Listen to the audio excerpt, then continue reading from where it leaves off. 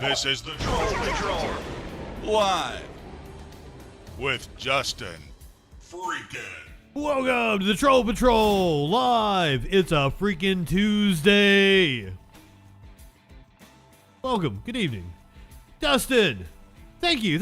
I think it's a lot of fun. As I said last night, lots of Easter eggs. Little funny jokes I put in there.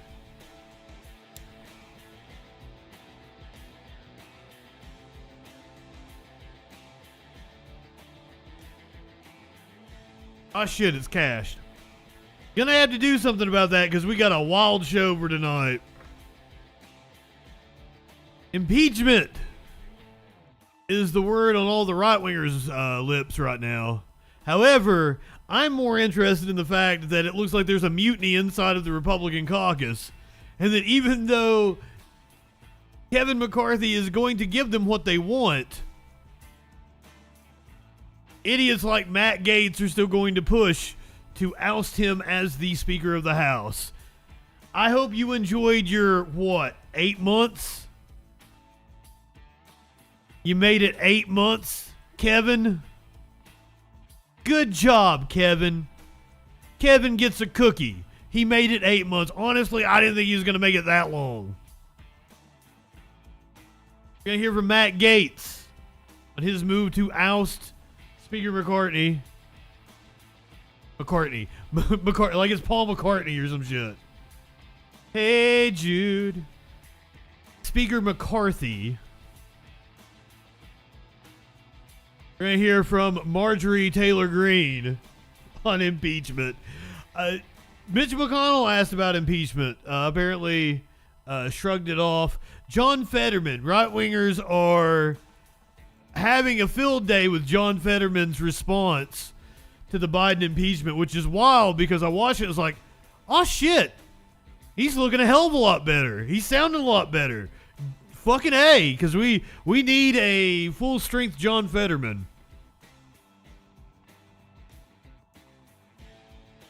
Of course, this comes one day after the third in House leadership, Nancy Mace, actually went on TV and said there's no evidence to impeach Joe Biden. I think it was Comer said today, oh, there's evidence falling from the sky. No, there's fucking not.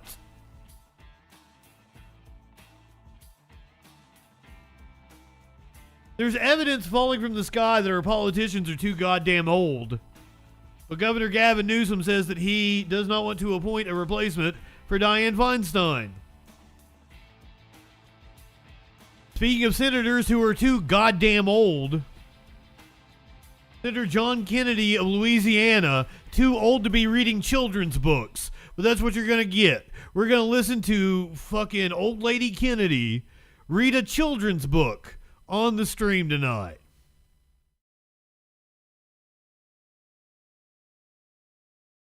Not safe for children is the story about a Virginia House of Delegates candidate who you all are going to love after I tell you what she did. QAnon. Dip, hell yeah. Is it permanent? Supposedly it was indefinite. I've got somebody on the inside supposedly was working on it, but I have not heard from her in a couple of months now, so I don't know. But if I was to get Twitch back, I couldn't simulcast anymore. They've changed the rules. If you don't know what happened, I played the body cam footage of the Louisville shooting. Apparently that is what graphic violence is what got me booted from Twitch. And the wild thing about that is the cops did a good job, and I praised them on stream. One of the very rare times that happened. We played the body cam footage and the cops went straight to the shooter and took him out. Happened again a couple months later, which I mean, we have enough shootings in this country that the cops are going to respond well to at least a couple of them, right? The H&M shooting just a couple months later in Texas. That body camera footage, wild, and I cannot praise that cop enough for how well he handled that situation. The dude that actually took out the shooter in Texas. Holy shit, that footage is wild. And then there's like store music playing on the loudspeaker as this cop is taking out a mass shooter. Insane. But you know, I got insane shit for you guys to hear tonight, such as Donald Trump wanting to get the judge in the Washington, D.C. case, Judge Chutkan, to recuse herself. Mike Pillow. I had this on the docket for Thursday night when we had the storm. We were gonna watch it, but I remembered its existence tonight. We've had other things to be talking about, like September 11th. Mike Pillow gave a deposition. I've got the highlights. I got about a 5-minute highlight clip of just the craziest parts. Speaking of crazy people involved in January 6th, Rudy Giuliani was at a 9/11 ceremony yesterday. Apparently, walked out abruptly. Speaking of shitty New York mayors, a mayor in New York tried to have a reporter arrested. Got video of that. In Pennsylvania, remember the inmate we've been covering? He has been on the loose for what, 10, 11 days now? He's armed. I was watching last night after I got off stream. They actually had a live shot from one of the Philadelphia stations because they thought they were going to catch him. They did not. He apparently broke into somebody's house and stole their fucking rifle and exchanged fire with the homeowner.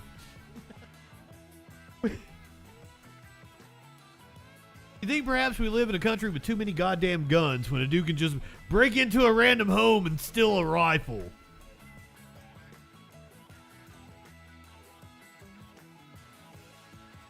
Cops in Memphis officially charged for the horrific... That's one of the craziest things. We watched, it was almost a... It was basically a snuff film that we watched. All those body cam videos from Memphis. We watched Tyree Nichols get the absolute shit beat out of him on stream.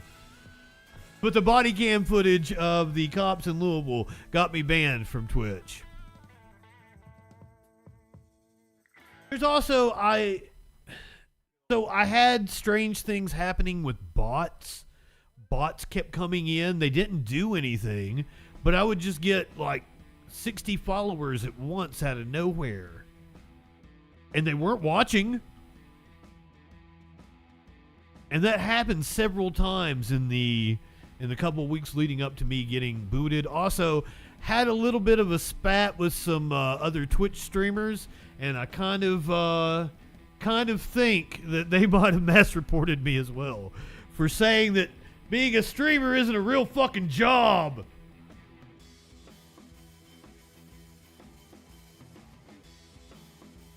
It's not.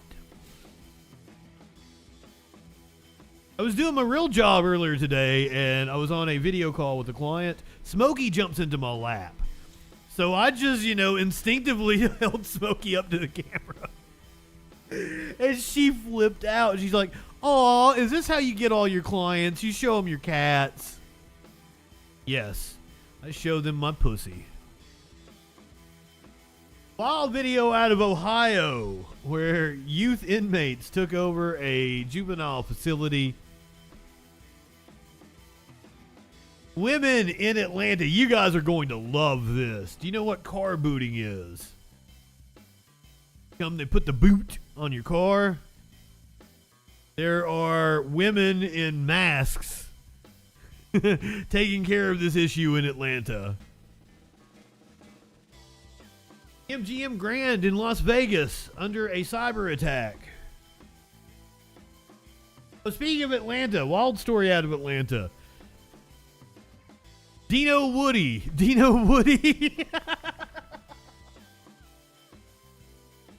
Prompting officials to look into possible violations of a sign ordinance. Crazy as it sounds. And then we've got a criminal cat. We got a cat burglar. Cat burglar we got to talk about. All that and more tonight on the Troll Patrol. Live. Sky Comet. Good evening. What did Ohio do? Oh. It was like a juvenile facility. Got ran over. Overtaken by the youthful inmates. Clinically. Good evening. Libertad. Good evening. How is everyone tonight? So glad to see you guys. The party up in here got some awesome people in here. Your meme of the day: Grimes giving birth. Eject.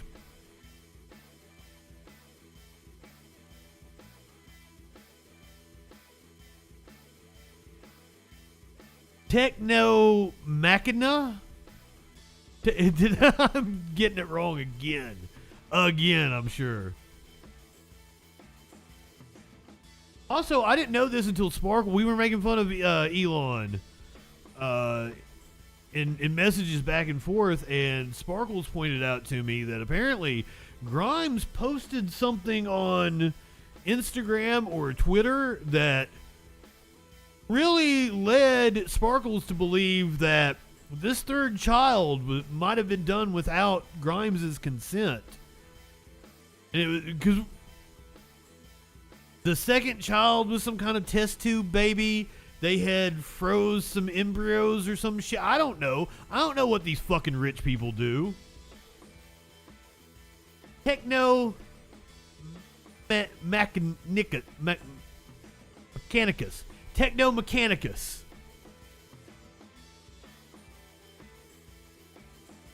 Techno Mechanicus Musk.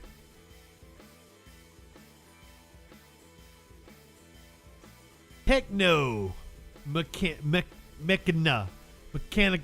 fucking shit. No, this cat is gonna be hard as fuck, I promise you. This is gonna be the most gangsta cat. It's musky, alright. This is gonna be the most gangsta cat you have ever seen in your life. Looking forward to that one, and we're on a run of some banger animal stories. Last night, the seeing eye dog from the September 11th, like the bestest girl. She was a fucking hero. Led her owner and several other people out of the World Trade Center after the plane hit. Kept everyone calm. Apparently gave kisses to a woman that was having a panic attack. And I don't think that was in the story that we read, but I read another story after we got off stream last night. That the puppies, like, there was a woman having a panic attack in the stairwell, and the puppy stopped and gave her kisses and like helped her get over it and get on down the stairs. What a fucking hero! Made me tear up. So hopefully we continue the tradition of fantastic animal videos tonight. I mean, it's no puppy bus, but what is? Let's get to it. Jam-packed. Here's the thing. I know everybody wants to hear about impeachment, but I want to start off tonight. It's tangentially related. The Republicans are doing a coup. Doing a coup against their own Speaker of the House, Kevin McCarthy. Our top story this hour, Republican House Speaker Kevin McCarthy ordering an impeachment probe into President Biden and his family's business dealings, saying House investigators have already found a culture of corruption. Today, I am directing our House committee to open a formal impeachment inquiry into... Well, I guess we're starting with impeachment. This logical next step will give our committees the full power to gather all the facts and answers for the American public. That's exactly what we want to know, the answers. I believe the president would want to answer these questions and allegations as well. The Republican House leader says he's committed to obtaining answers about the president's son, Hunter, and his overseas business dealings with China and Ukraine. McCarthy saying that the inquiry is the next logical step in efforts to obtain bank records from the president and his son. The White House dismissing the impeachment push as politically motivated, and so far it's unclear whether McCarthy would even have the votes to actually impeach the president. Let's bring in our contributing political correspondent and co-author of the Politico Playbook, Rachel Babe. Rachel, you've got the best sources. What's up, Rachel Babe? What are they saying about all this? Does McCarthy have the votes to make it happen? You got some pretty eyes.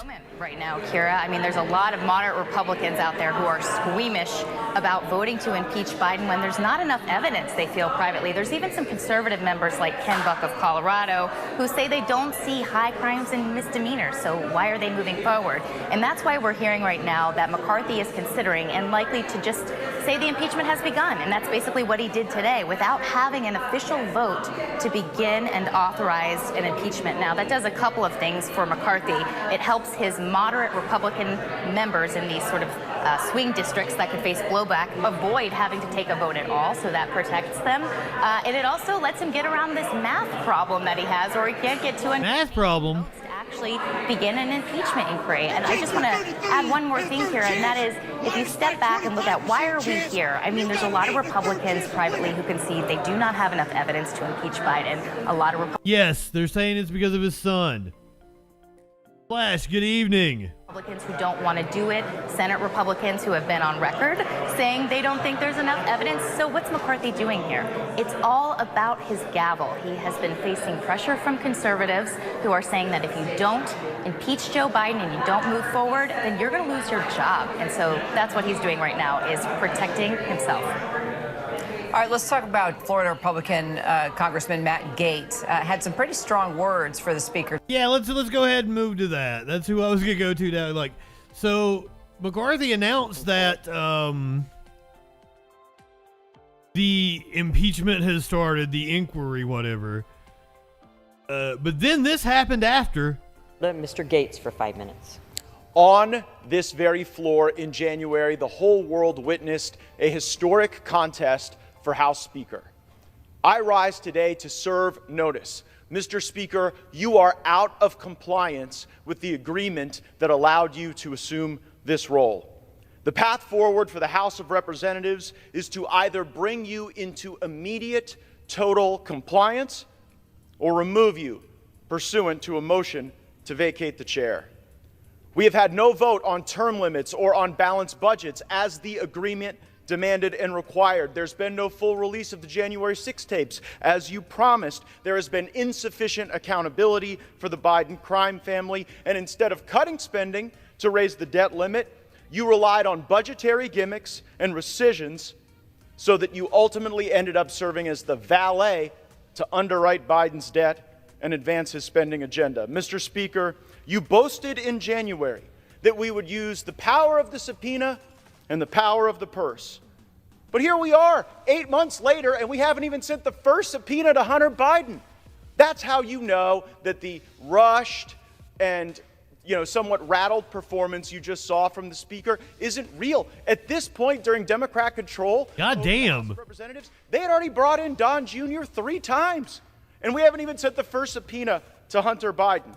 Power of the subpoena. And Don Jr. was like a campaign advisor and shit, wasn't he? He was working in official capacity, not in the White House, but he was in Trump's orbit. Ray, I'm sorry. I'm so sorry. Content warning on Matt Gaetz. But on this one, not necessarily that we're rooting for Matt Gaetz, but we're rooting for Matt Gaetz to be destructive to the Republican Party.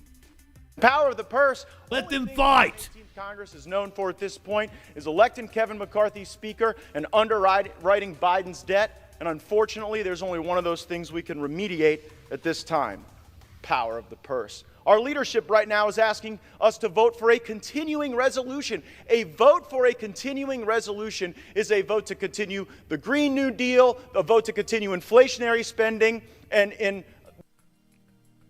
inflation has dropped like a fucking brick, dude. The Green New Deal isn't a thing. Never passed. Not a piece of legislation that you can fund. The fuck are you talking about? But that's the problem with goddamn right-wingers. What he said appeals to his base because they're fucking stupid. the most troubling of fashions, a vote for a continuing resolution is a vote to continue the election interference of Jack Smith. Mr. Speaker, we told you how to use the power of the purse.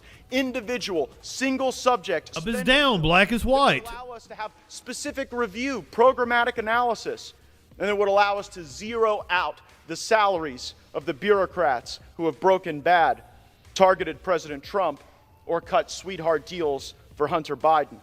September 30th is rapidly approaching, and you have not put us in a position to succeed. There is no way to... Is the government going to shut down? You guys taking bets? And it's not like we didn't know when September 30th was going to show up on the calendar.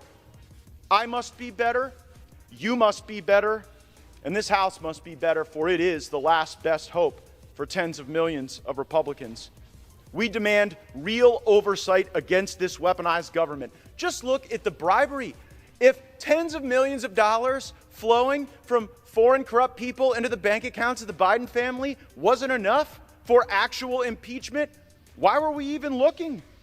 Joe Biden deserves impeachment for converting the vice presidency into an ATM machine for virtually his entire family. We all see it.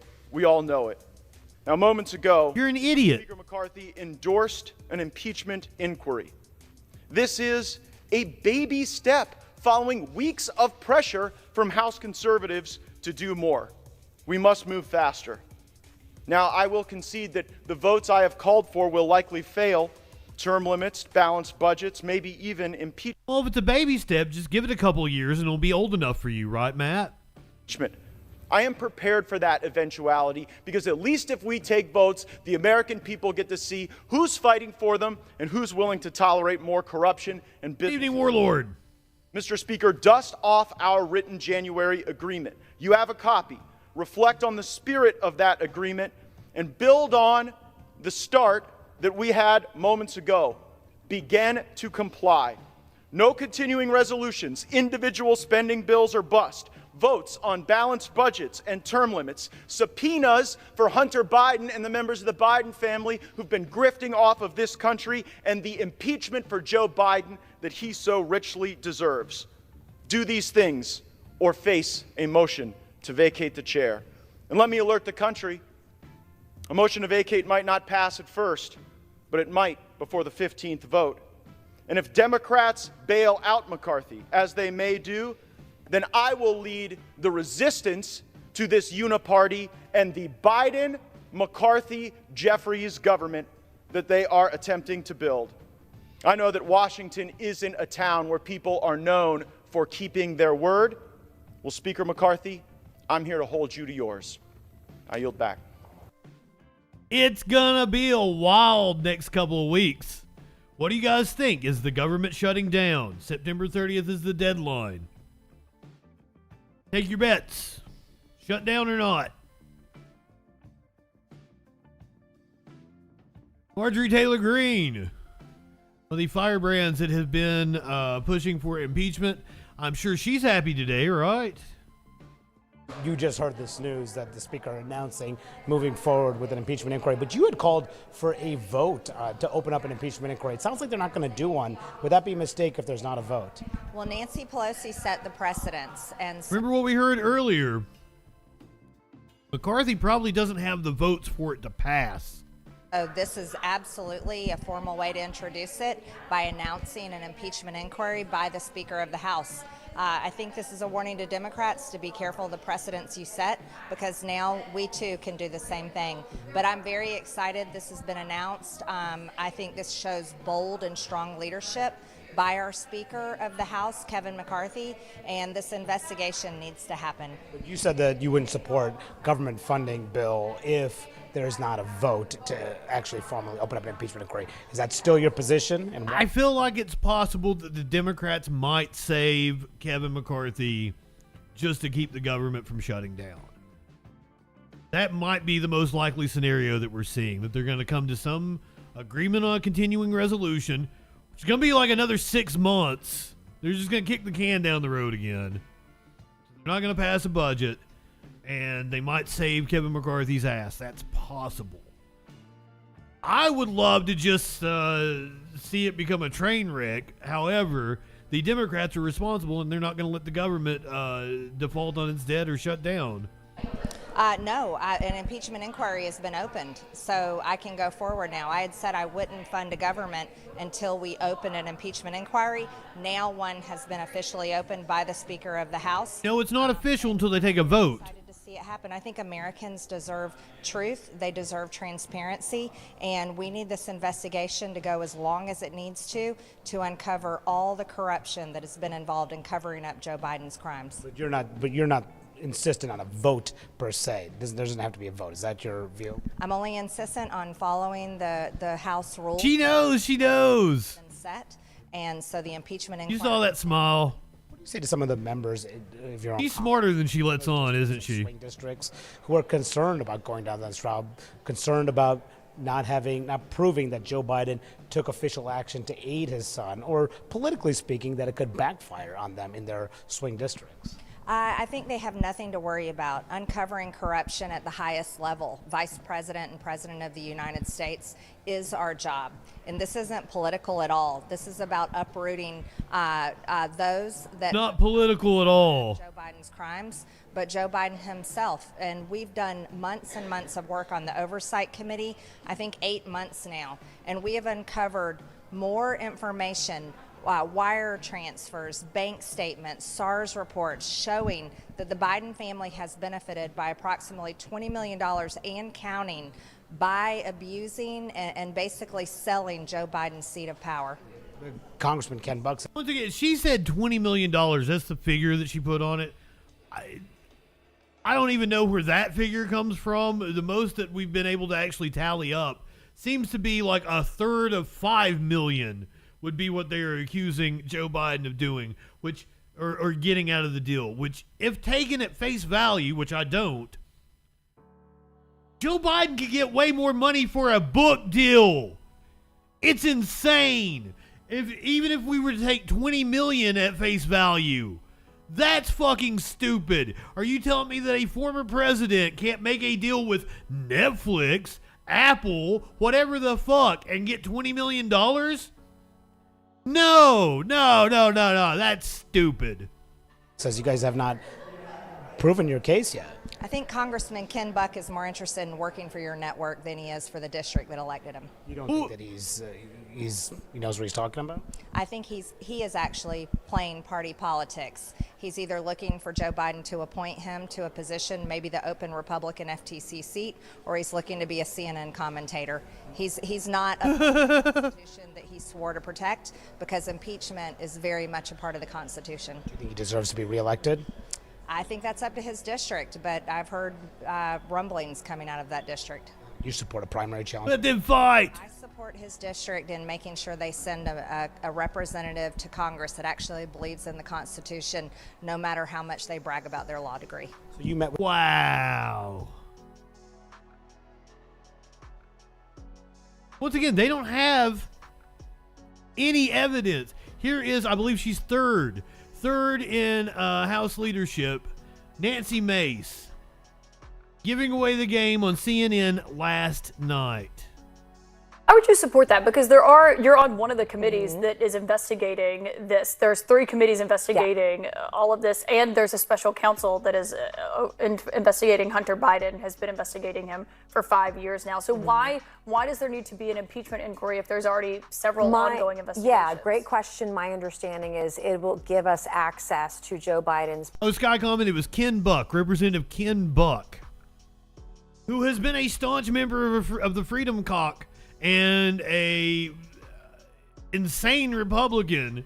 But now even Marge is turning on him just because he tells the truth that they don't really have evidence. Nancy Mace also telling the truth. They don't have any evidence. Bank records. And if we can connect the dots and show the American people where the bribery allegations stand, where the money laundering stands, showing through vis-a-vis the bank records, that is a way to do that. If you could see what I have seen, then we can't share the SARS reports because they're confidential and that would be against the law. So we have to prove it via other means, via the bank records, for example. If that gets us Joe Biden's bank records, then I'm going to support it because everyone should know what actually happened, what kind of businesses were involved, how Joe Biden was involved, the kind of money that was involved in these schemes is astounding. You would be shocked. You would blush, Caitlin, if you'd seen what I had seen. You've said this before, and we spoke with you after you went to the Treasury Department and looked at those reports. But I mean, you, as a member of Congress, do have access to those reports. You went and saw them yourself. So I think a lot of people ask, you've been home for 6 weeks. There's been no new evidence that's been uncovered or brought forward. So what is the basis now for having? Well, there are more people to subpoena, whether that's Hunter Biden, whether that's the bookkeeper, whether that's getting Shokin in to testify. There are a lot of witnesses out there that saw things that were part of meetings that Joe Biden was a part of, that were part of the transactions, that were potentially part of the bribery scheme. I mean, all that evidence the American people should be able to have and see. The American people can't. None of it has risen to that. Well, the American people. Well, we're doing our best to try to throw spaghetti at the wall. See what fucking sticks. Oh no, why'd you have to do that? Warlord.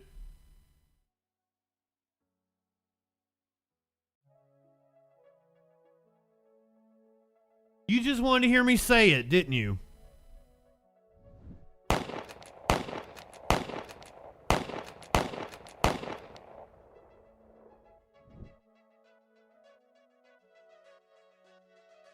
Just another day. Shooting USA.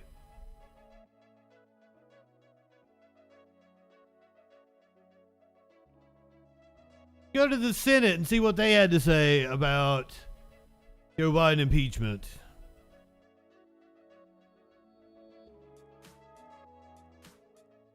That just ruined my mood. Why you gotta do that to me, Warlord? This goddamn country. I shouldn't like leave you guys in the dark. 1 dead, 2 injured at a high school in Louisiana.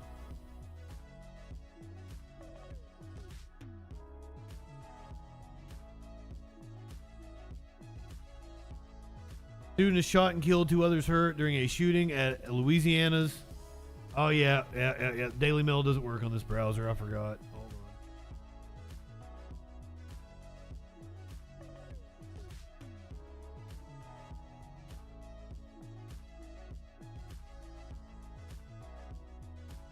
Student is shot and killed, and 2 others are hurt during a shooting at a Louisiana St. Helena College and Career Academy. Wasn't a high school. I'm sorry. College and Career Academy.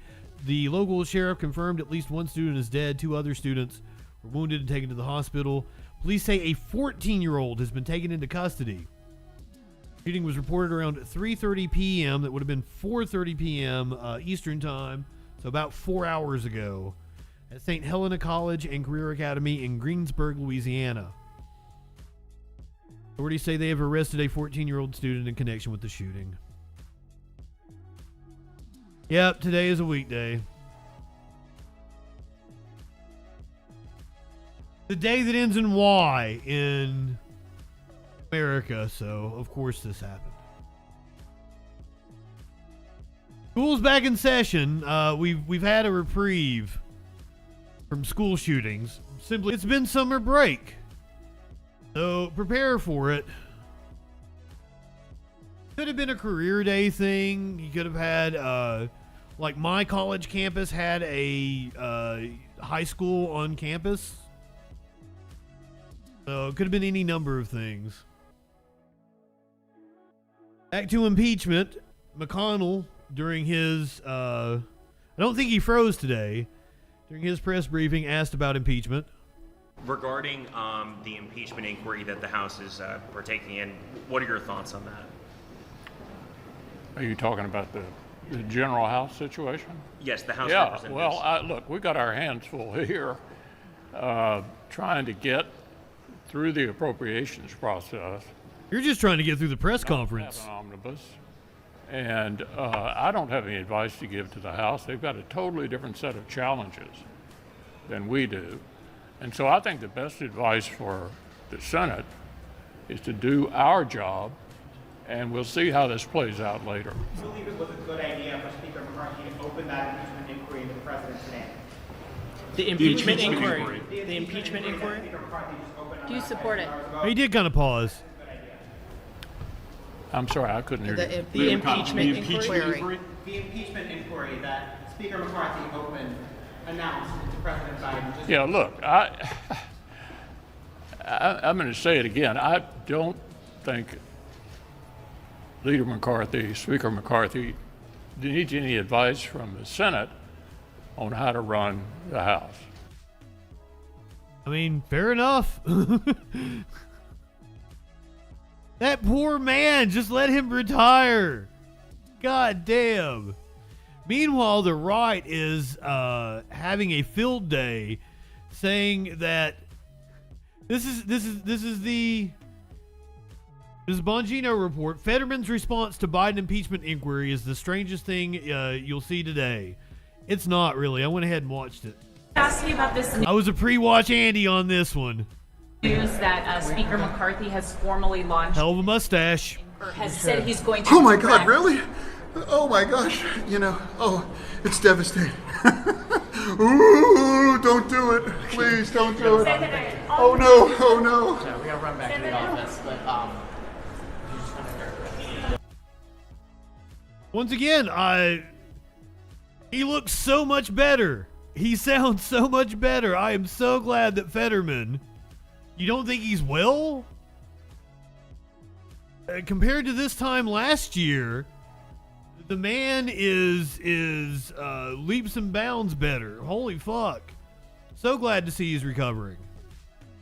But I don't know what the right has, I don't know why they're freaking out about this. News that Speaker McCarthy has formally launched an impeachment or has said he's going to. Oh my God! Really? Yes, he's got a button-up short sleeve shirt with basketball shorts on. Oh my gosh! You know, it's devastating. Ooh! Don't do it! Please don't do it! Oh no! Oh no! so we're gonna run back to the office, but That is my kind of senator. I mean, he puts a suit on sometimes. So I'm glad to see Fetterman recovering, a senator who is not recovering, and is never going to recover, and who needs to get the fuck out of the Senate is California Senator Dianne Feinstein. Here is Governor Gavin Newsom with comments about Feinstein and a possible replacement. Newsom weighing in on Senator Dianne Feinstein. He says he's leaving. Guy comment. I'm glad you brought that up. I had a right-winger accuse me today. Hold on, let me show you. They don't understand satire. You once did a show that promoted children carrying and using firearms on police. You're not bright at all. No, that's called satire and a mocking right-wing idiocy, and it clearly went over your head. You think I actually advocate for children carrying guns? Clearly you've never watched my stream, as I am a staunch advocate for gun control. You fucking dipshit. I couldn't. So he said, using guns on cops. I don't remember that one. I can't find that. I don't doubt I said it. Now I'm thinking the story that he might be referencing was we do so much of this shit. I think there was like a father who kidnapped his child, and there was a police chase, and then the police shot into the vehicle and killed the child. I think that might be the case. Where I would have said something about that, where I would have made a joke about arming the children. But I don't know for sure. I can find this clip where it's clearly fucking satire. There's enough information to believe the alert will help find the child. I believe all of those criteria were met. Oh yeah, absolutely, arm the kid. If the babies had been armed, this wouldn't have happened. They couldn't have got carjacked if they were packing. Come the fuck on. Arm the babies. A good baby with a gun.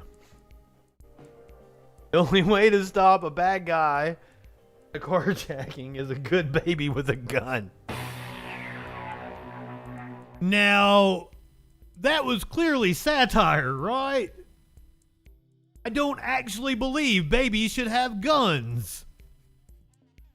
But right-wingers are fucking morons. Dumbest fucks walking the planet.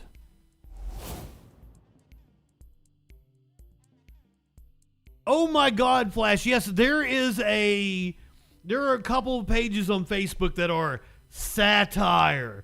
But they aren't satire. They just, wishful thinking headlines, and then right-wingers think it's real and share it out. Insane. Hyperbole even. Yes, indeed.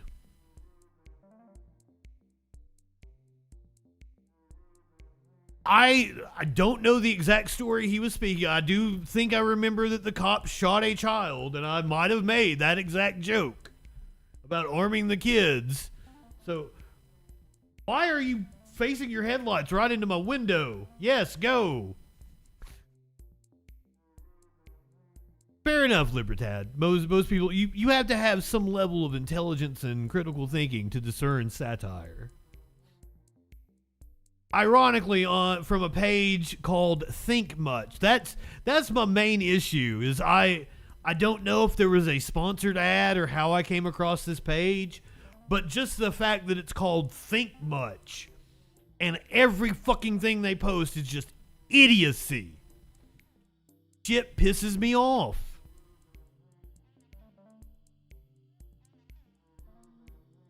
Anyway. Dianne Feinstein, she old. Here's what Governor Gavin Newsom has to say. The decision on resigning up to her, and he's confident her staff is fulfilling her duties. Do you feel as if the staff is can do the duties? Yes. I don't think it. I know it. We're working extraordinarily closely You don't together. feel as if the state's losing out by not having a more active voice? Maybe missing town halls or more active. But, Senator Padilla was just in the office a few days ago. We were comparing contrasting issues and advocacy, and we're aligned with Feinstein in her office. Sounds like you hope you don't have to make another appointment. No, I don't want to make another appointment. I don't think the people of California want me to make another appointment. So no, you would not appoint anybody that is filed for this race? It would be completely unfair to the Democrats that have worked their tail off. That primary is just a matter of months away. Newsom also said he's hopeful the proposed debate between him and Florida Governor Ron DeSantis will still happen. He says they're still working on a date and a possible venue. Newsom also reiterated he has no plans on running for president in 2024. Hello, I'm Mark Brown. Get more great ABC7 content by clicking the subscribe button for our YouTube channel. And download the ABC7 Los Angeles streaming app on Fire TV, Android TV, Apple TV, and Roku to watch on your TV. Shut up, Joe. That wasn't Joe Brown, right? That's that guy's name. Sorry, I usually make it into the second hour before I have to pee, but man, it hit me. Then I remembered, I made coffee. I made coffee and had a cup with sugar and creamer in it and did not pour any coffee. That's exactly right, DJ Dub. California did not vote for her staffers. I didn't hear what Newsom said, but on that issue, I probably disagree with him. But I mean, it's not up to him. Like, he can't make her resign. Let's talk about senators who are too old to be reading children's books. Senator John Kennedy from Louisiana apparently is going to read us a very graphic children's book. Thank you, Mr. Chairman. I confess I'm a little confused, and I appreciate. I'd say you spend most days confused. Our discussion that we've been having, but for me, it's a little too conceptual, or I don't know, metaphysical or theological or whatever you want to call it. I want to try to understand what you're asking us to do. Let's take two books that have been much discussed. Metaphysical? The first one is called All Boys Aren't Blue. And I will quote from it. I put some lube on and got him on his knees. And also, this says children's book. I said children's book. It's not. It's a young adult's book. It's in teen libraries. So context. I began to slide into him from behind. I pulled out of him and kissed him while he masturbated. He asked me to turn over while he slipped a condom on himself. This was my ass, and I was struggling to imagine someone inside me. He got on top and slowly inserted himself into me. It was the worst pain I think I have ever felt in my life. Eventually, I felt a mix of pleasure with the pain. Close quote. This is real life. The second is another much discussed book. I'm sure you're familiar with it. It's called Genderqueer. Okay? Let me read an excerpt from that. Quote, I got a new strap-on harness today. I can't wait to put it on you. It will fit my favorite dildo perfectly. You're going to look so hot. I can't wait to have your cock in my mouth. I'm going to give you the blowjob of your life. Then I want you inside of me. End quote. Ooh, Senator, I will not do those things with you. Mr. You are not my type. What are you asking us to do? Are you suggesting that only librarians should decide whether the two books that I just referenced should be available to kids? I do not think it's a matter for the Senate, no. No. Okay. Tell me what you're saying. Well, first of all, there's this... Don't give me a speech. Tell me what you're asking me to do. With all due respect, Senator, and the words you spoke are disturbing, especially coming out of your mouth is very disturbing. But I would also tell you... Agreed. We're not advocating for kids to read porn, to Senator Booker's point. What are you advocating for? We are advocating for parents, random parents, not to have the ability, under the guise of keeping kids safe, to try and challenge the world view of every single manner on these issues. You're getting conceptual game. I'm not getting conceptual. Well, I'm saying yes, that you are. Yes, you are. Because I want to know what you're recommending. It sounds to me like what some of you are saying. The library. For you not to be fascist and ban books. Who gets to see that book? I'm saying when individual parents are allowed to make a decision of where that line is, and To Kill a Mockingbird, which involves a rape scene, should that book be pulled from our libraries? I think it becomes a slippery slope. I think you ought to think about it a little bit more before you come here. I've thought about it, If Senator. you're going to propose something, you ought to be able, in 30 seconds, to be able to explain what you're asking us to do. Ms. Kelly, what do you understand? Well, let me skip you for a second. Mr.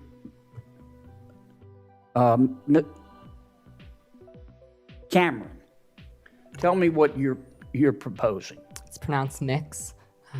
Mix? Is that how you How would you like me to refer to you? Senator, your definition of sexual is synonymous with LGBTQ identity. I'm not asking you that. I'm asking you to tell me you read those 2 excerpts. Genderqueer. Do you think that, are you asking that only librarians and not parents have any say in whether minors can read those books? Is that? No. The parents totally have say over it.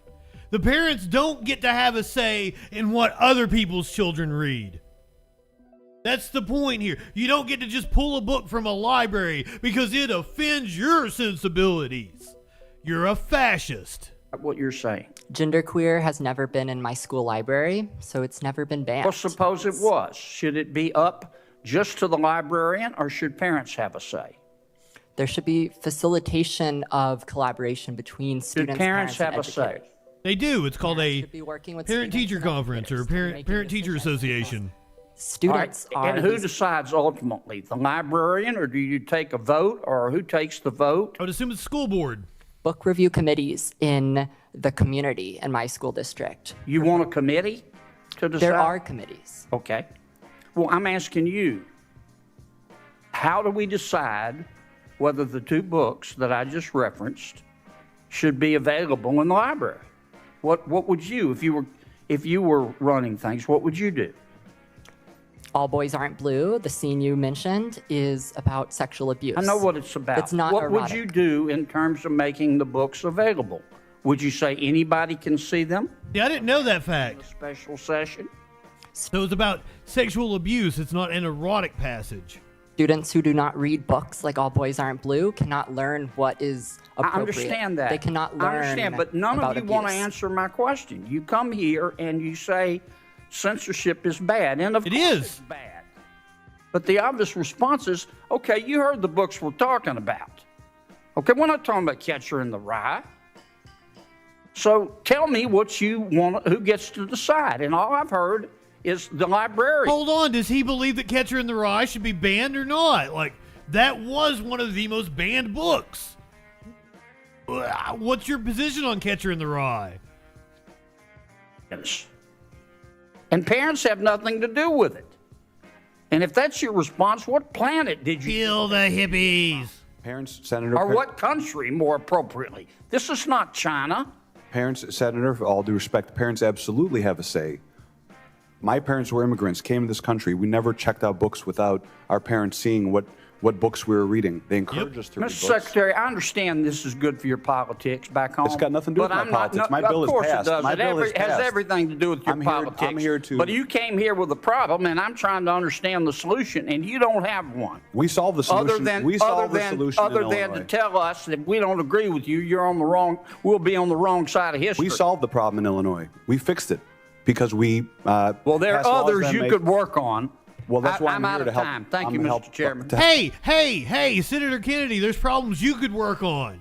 Instead of talking about what books kids should be allowed to read, how about doing something about school fucking shootings? Hey, you're the senator from the state where a school shooting happened today. Fuck you. Fuck you, John Kennedy. Go fuck yourself.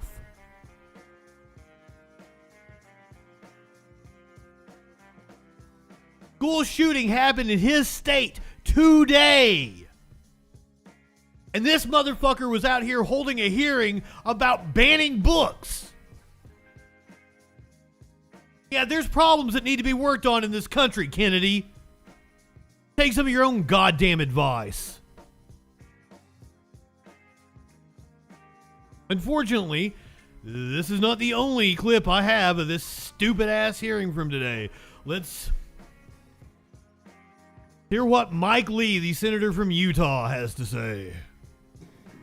I'm going to be showing a video clip in just a second, but at the outset of this, I want to make clear, I think nearly every American could agree that parents have some legitimate interest in what their child reads or is taught or otherwise exposed to about sex. I think it's very, very difficult for anyone to disagree with that. Now, that being the case, I think we need to proceed with this conversation with that backdrop and that understanding. I'm going to play a video clip right now. The video clip is from Deborah. None of these motherfuckers are ever going to acknowledge that sexual education leads to lower rates of teen pregnancy, STD, all the fucking shit that you should theoretically want to lower. Caldwell Stone. She's the legal counsel for the American Library Association. Here's what she has to say on some of these topics that deal not with book banning. There's no one here has banned any book. You can still get these books anywhere you want them. The question isn't whether to ban them. The question is whether they should be included in curriculum or in a school library. None of these books are included in the curriculum that you like. The genderqueer and the boys aren't blue. They're not in the curriculum. They're just available in the library. A library or a school curriculum by definition will be finite. There are a finite number of books that you can put in there. The question is which books should be included and which should not. Let's hear what Ms. Deborah Caldwell Stone has to say on this topic. But ultimately, we found that the thing that needs to happen most, and it needs to happen before these bills are introduced, is sustained messaging that reframes this issue, that takes it away from the idea that these are inappropriate for minors or sexually inappropriate for minors, and promote them as diverse materials and programming that are about inclusion, fairness, and the protection of everybody's right to see themselves and their families reflected in the books in the public library. Okay, so nothing wrong with what she said. Right now is someone saying the quiet part out loud, acknowledging what the goal is. There is a goal here, and the goal is to sexualize children, to provide minors with sexually explicit material, and then hide this content. No, the goal of Republicans are to demagogue the LGBT community for points with your dumbass followers. Parents hide it by changing the messaging, avoiding the heat by saying, no, these are not the droids you're looking for. This is not about sexually explicit content. This is about equality. This is about justice. This is about what's right and wrong. It has nothing to do with sex. Well, of course that's what someone would do if they were grooming your child, if someone were trying to sexualize your child. And make no mistake, that is what's happening. You see, there has been... speaking of which, that dumbass Page called me a pedo, too. The one I showed you earlier? He's also a pedo, so don't post pictures of your children. Called me a pedo, because of course he did, because that's what right-wingers do. You're a groomer, you're a pedo. It is blood libel. Something that has happened in the last few years. During COVID, a lot of kids had online school, and parents were able to observe in the classroom in ways that they haven't been in the past. Observe what was being taught, how it was being taught, and it's awakened something significant among parents throughout America, and that's why you've got groups that are standing up, groups of parents. You don't have groups of parents. You have these small organizations backed by these right-wing fanatics. It was something like 80-90% of the challenges against books came from 5 people. That was nationwide. Like a significant portion of the challenges to books came from 5 people. And they all have connections to these far-right goddamn lunatics. The same people that bankroll senators like you. Places across the country, including Utah, like Utah Parents United, the American Accountability Foundation, and Ms. Neely's group, Parents Defending Education. They're providing parents... Look into the funding of any of those groups. ...information that they desire about how best to protect their kids. I will guarantee you that, one, they are connected to charter schools or some religious organization. They're trying to attack education. It's a twofold. Man, this is great for Republicans. You attack education because you don't want people to have critical thinking skills. You attack education because you don't want people to listen to experts. You want to demonize expertise. So we're not going to listen to Dr. Fauci. We're not going to listen to Dr. Osterholm or Dr. Hotez. No. They're eggheads. They don't know what they're talking about. No, we'll listen to this YouTube grifter over here. And then third, they want to funnel public money into these private institutions, these charter schools, these private religious schools. So, like, it's just a win-win-win-win-win for Republicans, and that's why these radical goddamn billionaires are funding this shit. From inappropriate things that they may be being taught or maybe being given at the school where they spend most of the best hours of most days of the week throughout the school year every year. Now, one of the explicit excerpts read by Mr. Eden just a few minutes ago and presented to this committee is from All Boys Aren't Blue, a book available without restriction in at least one Utah junior high school, attended by children ages 13 to 15, and at least 5 Utah high schools. In 3 Utah high schools, the book was available to children over 16. Now, remember, from what was shared with us from Mr. Eden, this book has some really graphic, sexually explicit stuff. This is pornographic. This is obscene. It's certainly not appropriate for children. Again, it wasn't pornographic. No matter what else you think about it, it is something that is sexual in nature. And I really do think very few, if any, American could reasonably disagree with the statement that parents have an interest in what their children are taught when it comes to sex. Sure. And so the moment parents take reasonable steps to protect their children, and lawmakers honor those efforts to protect their children from exposure, then all of a sudden we've got a problem. And then the left and Vice President Harris cry book ban, even though all of these books are still available. You can still buy them, all of them, on Amazon. You can still buy them, all of them, all over the place. You can't, by the way, buy Ryan T. Anderson's book, When Harry Became Sally, on Amazon. That's been taken down from Amazon. But the point is this is not a ban. This is about schools deciding what's appropriate for school children. And sexually explicit, obscene, pornographic material isn't appropriate, and many parents are legitimately concerned about that. So I'm concerned about this in a variety of respects, and I'd just like to ask the question, Mr. Eden, is placing common sense age restrictions on pornographic content or removing sexually placing common sense gun laws curriculum and restrictions on guns. Is that book banning? And does that carry any ramifications for what we would talk about in terms of the First Amendment, in terms of book banning in the First Amendment sense? Yes. No, sir. No. It does I think not. so. And why is that? Why is that not book banning? Why does that not offend the First Amendment in any way, shape, or form? It's a question of community curation, and no student is actually blocked from acquiring the book in a broader sense.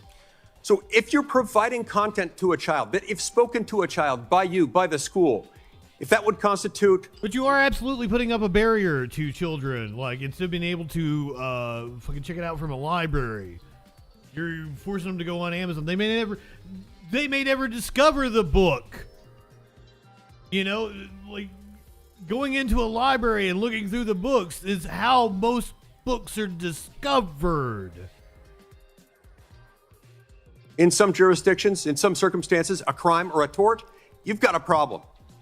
These school districts are acting in response to legitimate parental concerns. They should be removing these. Shame on them if they don't, and shame on those who want to groom children sexually. Thank you. Fuck you, dude. You want to know who's grooming children sexually? Go to any church. Go to any church. Churches are nothing but organized pedophile rings. Fuck off, dude. Oh my God. And we're having a Senate hearing about this. Absurd. But my God, are right-wingers prudes when it comes to sex.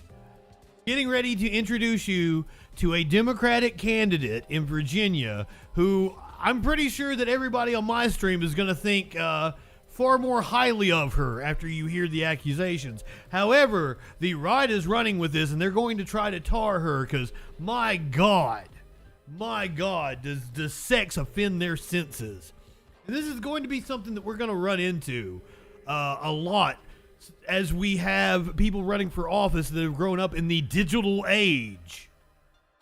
Especially in a gig economy where you need to make a little extra scratch. New at midday, the story the whole country is talking about, in addition to what we just covered. Is the whole country talking about this? I don't think that's a thing. It might be. A candidate for delegate in the Virginia General Assembly performed a live sex video on the internet. Susanna Gibson is a Democrat running in a district just outside Richmond, and now she's responding. 10 on your sides, John Hood picks up the story from here.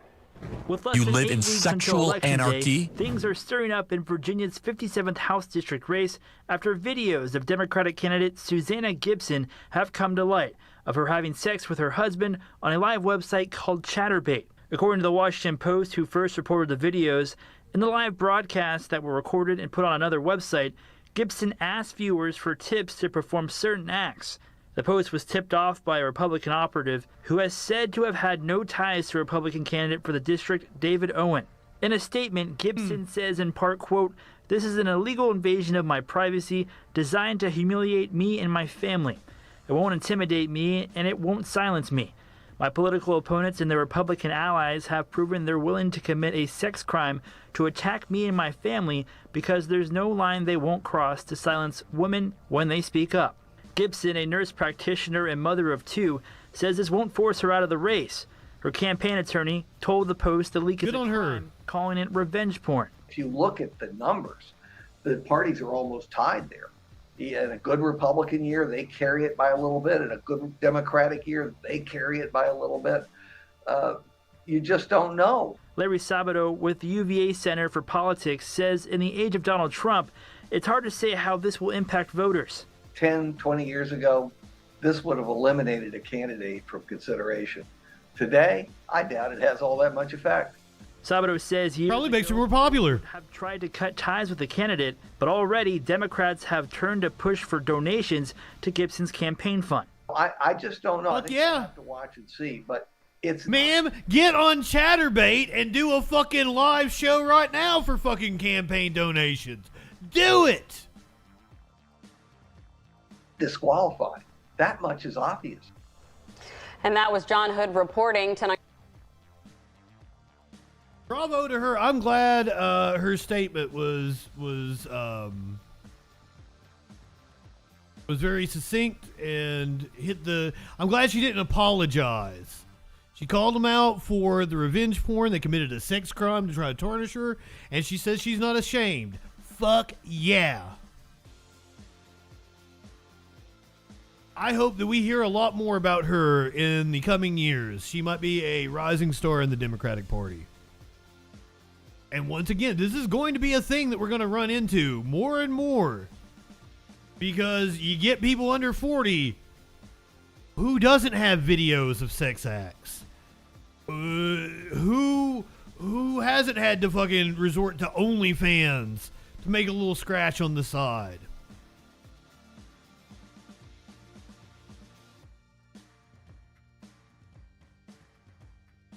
But Republicans are fucking assholes. I hope it's good for her. It could be good publicity. There's no such thing as bad press.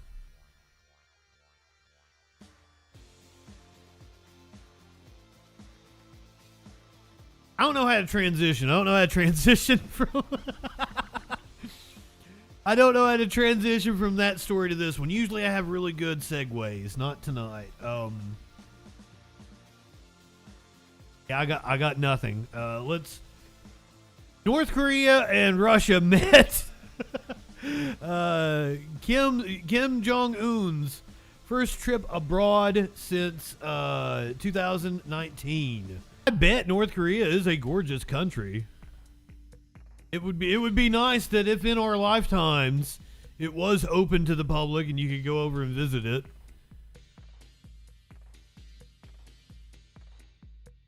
I was thinking about this earlier today. Like, if America had actually lived up to its espoused ideals and it really was a free democracy and we provided for our citizens and everything, we didn't fucking stick our nose in everybody else's business and shit, and we just built a grand society here. I can't imagine that places like Russia or North Korea would even exist.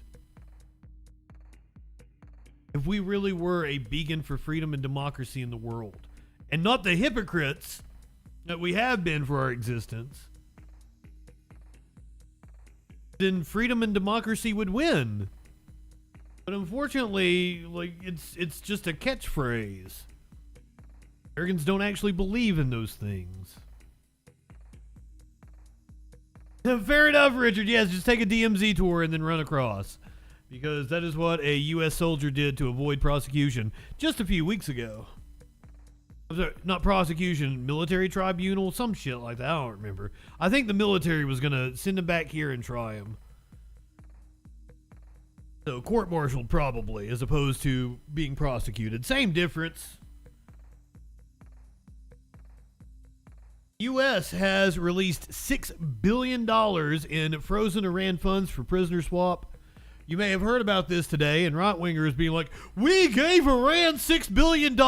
No, we fucking didn't, you idiots. That's their money.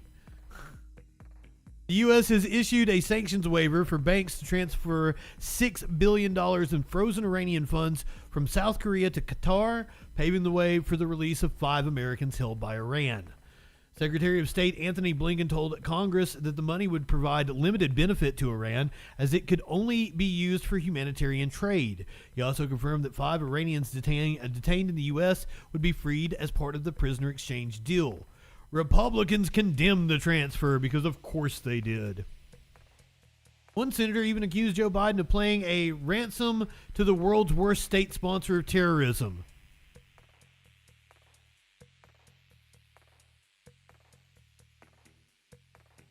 Isn't the U.S. the world's worst state sponsor of terrorism? Even if you take the U.S. out of the running, wouldn't it be Saudi Arabia? Asking questions here. Last month, U.S. because I mean, like, the Saudis did 9/11. Last month, U.S. officials said 4 American-Iranian dual nationals had been taken out of Evin prison in Tehran and moved to house arrest. 3 of the prisoners were named by a lawyer.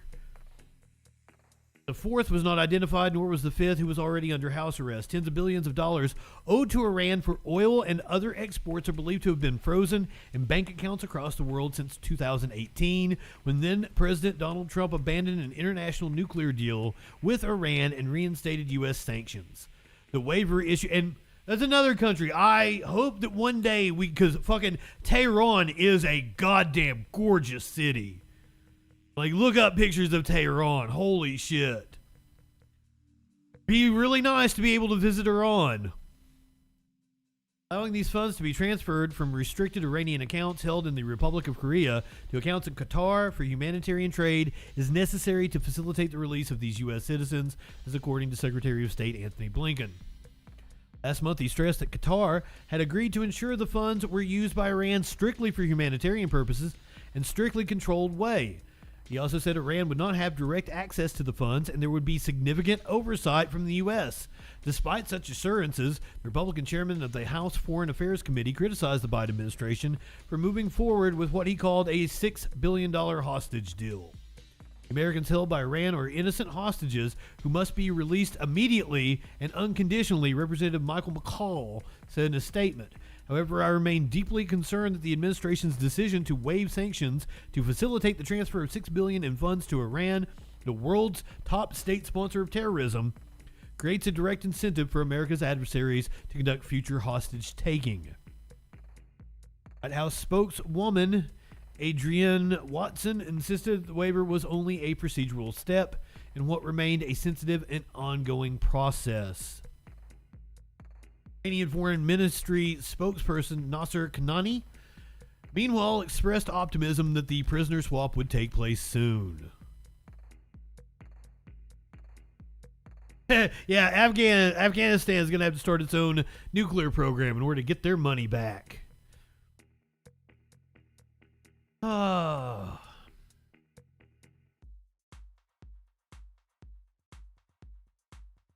don't have a good transition for this one either. Speaking of terrorists,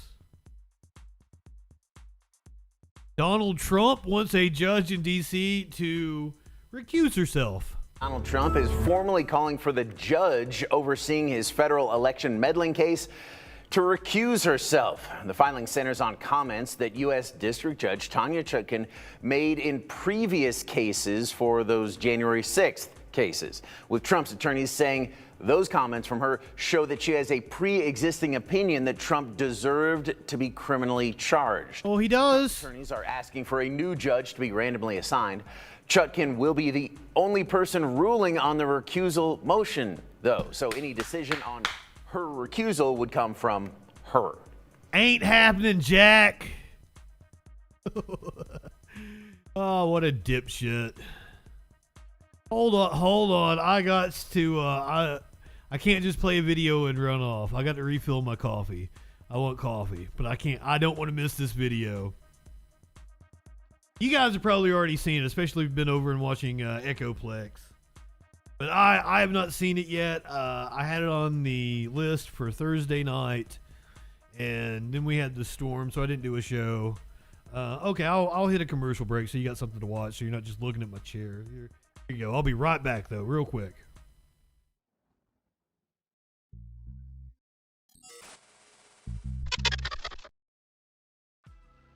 Hi, I'm JustinFREAKIN. I'm a leftist broadcaster and comedian, not liberal, leftist. And despite what you may have heard from right-wing propaganda, George Soros isn't handing out Soros bucks and funding people like me. There are no Koch brothers, Mercers, or any number of right-wing think tanks funding content on the left side of the spectrum the way they fund people like Ben Shapiro, Dave Rubin, and Dennis Prager. And YouTube doesn't monetize videos that are controversial or deal with politics unless you're someone like Steven Crowder. So this is an ultimatum. Become a patron. Support my Patreon, or I'm going to become a right-winger and get some of that easy money.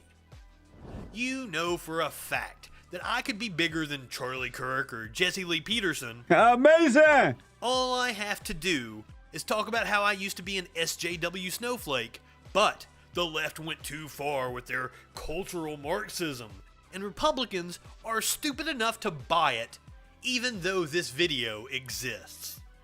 And you know I'm right, so give me your money or I'm selling you out.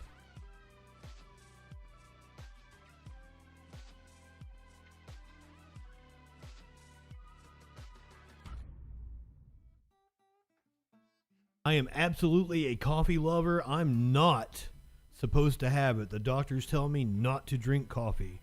And if I drink too much of it and don't have enough on my stomach, I get incredibly sick. But my God, do I love coffee.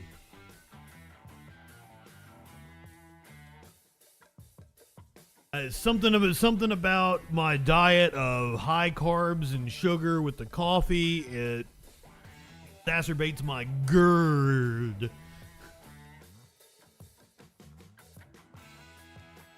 But I will put, I get heartburn really bad. I love sriracha, and it gives me heartburn really bad. That's the price I pay. I'm going to put up with it. I'm not going to not spice my food. Oh my God, it's so good.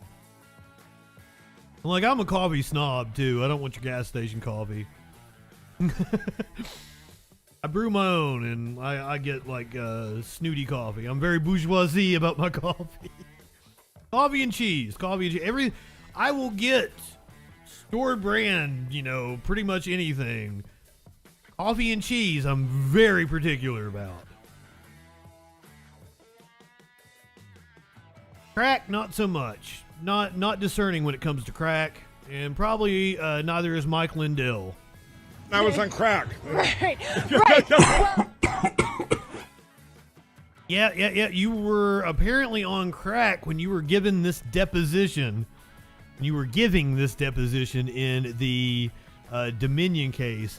NBC News actually describes it as a meltdown. This video released last week.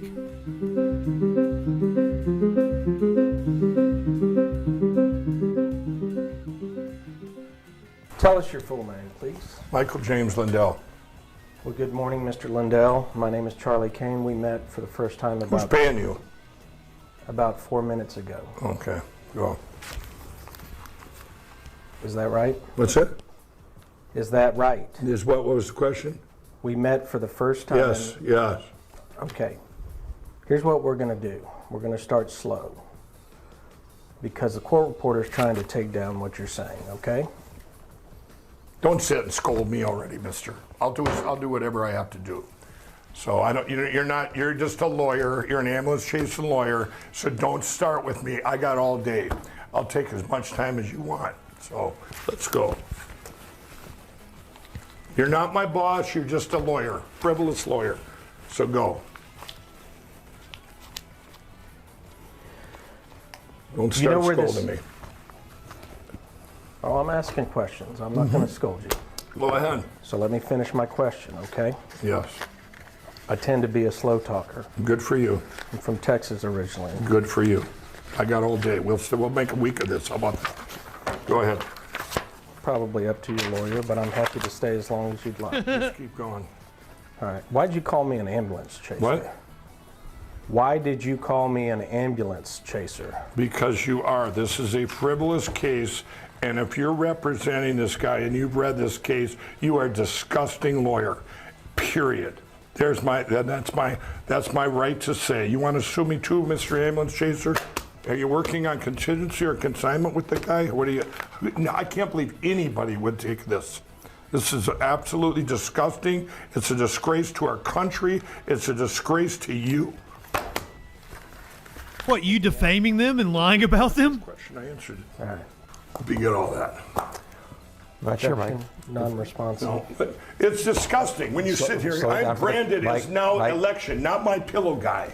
It's the opposite. Mike, we just got to slow it down. I know, but it's just pissed. Sir, I've never really thought of you as my pillow guy. I've always thought about you as Mr. Crack guy. I was on crack. Right. Well, and you kind of put that on yourself. This is me. I understand. They understand. So disgusting. You don't remember my... All right, the decree from now on, I will no longer refer to my ex as crack whore. From now on, if I say the word crack whore, we are referring to Mike Lindell. Question, do you? Yeah, the question is, do people know... Quesadilla. Little guy, blah, blah, blah. I just gave my answer. No, they know me over here as this guy that's trying to save our country, but because of lawfare and dirty things that Eric Coomer did on that one day, which that's when I called him out, I can't go on my stage. I can't. My company has been hurt so bad because of people like this Eric Coomer. So bad. This guy, in tens of millions of dollars, hundreds of millions of dollars. You don't remember my question, do you? Okay, and I'm not asking about the lumpy pillow calls. No, they're not lumpy pillows. That's not what they call on. Okay? That when you say lumpy pillows, now you're an you got that? You're an is what you are. No, he's a he's an ambulance chasing that's what you are. The lumpy pillows, kiss my put that in your book.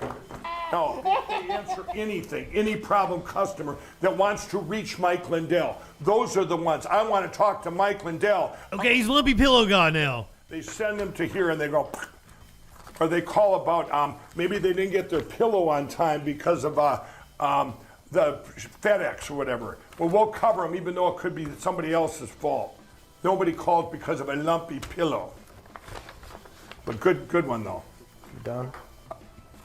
Yeah, I'm done. He's triggered. You don't have my pillow too. You don't, do you? No, he's probably got a good pillow. What I'm saying is, Mr. Lindell. What? Go ahead. No, I'm pissed. I understand. Yeah, go. When you're saying what? Do you need to take a break? No, I don't need to take a break. All right. Here's what I'm asking. Your lumpy pillow question kind of set a nerve. Because obviously, just like your question in here, Mike's in your little complaint, Mike's frivolous cyber symposium, this whole case is frivolous. You should be ashamed of yourself. But go ahead. Finish your question on this and try not to talk about, get personal and badmouth my You may get to see it, Ray. Or anything like that. Go ahead. I haven't said a single word about your employees And I don't own one of your You've pillows. attacked them. You've attacked them. You were part of this. You're getting paid on consignment. You get paid if they get money from my employees. Yes, you have attacked them. You personally did this with Newsmax. You, and I called it right out, the criminal lawyers and Coomer, when you guys did this to me. That could be the dumbest question of the week. Do I think they played a role? Of course they did. And not only you sue me for billions here, now you got to double down and do it some more. But I guess you all lawyers, the administration lawyers, you all need a piece of the pie. I get that. You know, that's nice.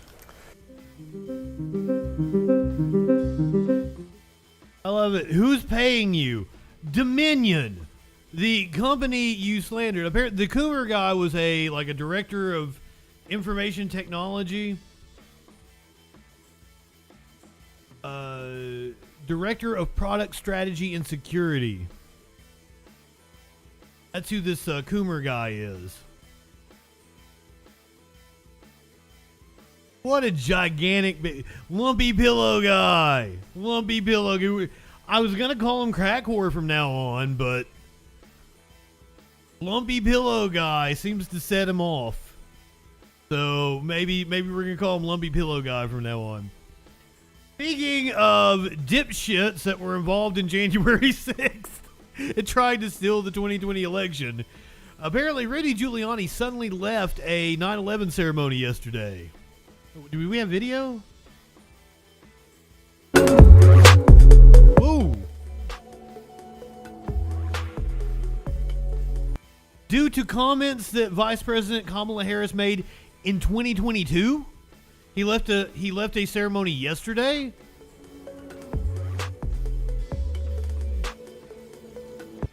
So, Giuliani, Harris, Florida Governor Ron DeSantis, current New York City Mayor Eric Adams, and other political leaders. So there's Giuliani.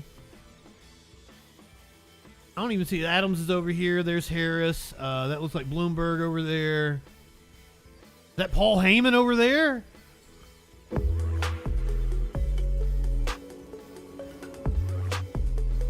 A lot of families of the victims. Giuliani cited Harris equating the events of 9/11 with the riot at the U.S. Capitol on January 6th. This is the year where I couldn't really stay. I almost felt like I wasn't being true to the majority. Hold on, it went too fast for me. I couldn't take it anymore. I just couldn't. Oh, he went on the Benny show. Do we have a clip? Do we have a clip?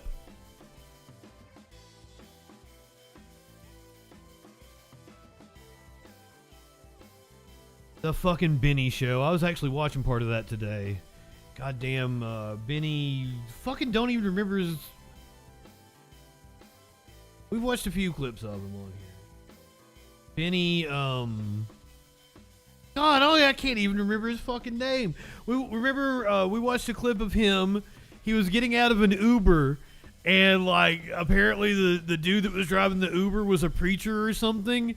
And Benny was trying to get a video of him, and the dude whatever the dude was preaching to him in his car, and the people at the airport was telling the dude to move because he was holding up traffic and shit.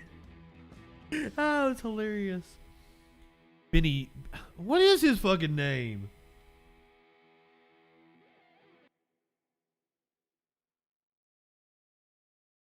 Benny, I think I misspelled Giuliani there. Hold on. Find this clip. Which, honestly, when I spell Giuliani correctly, I'm actually very proud of myself.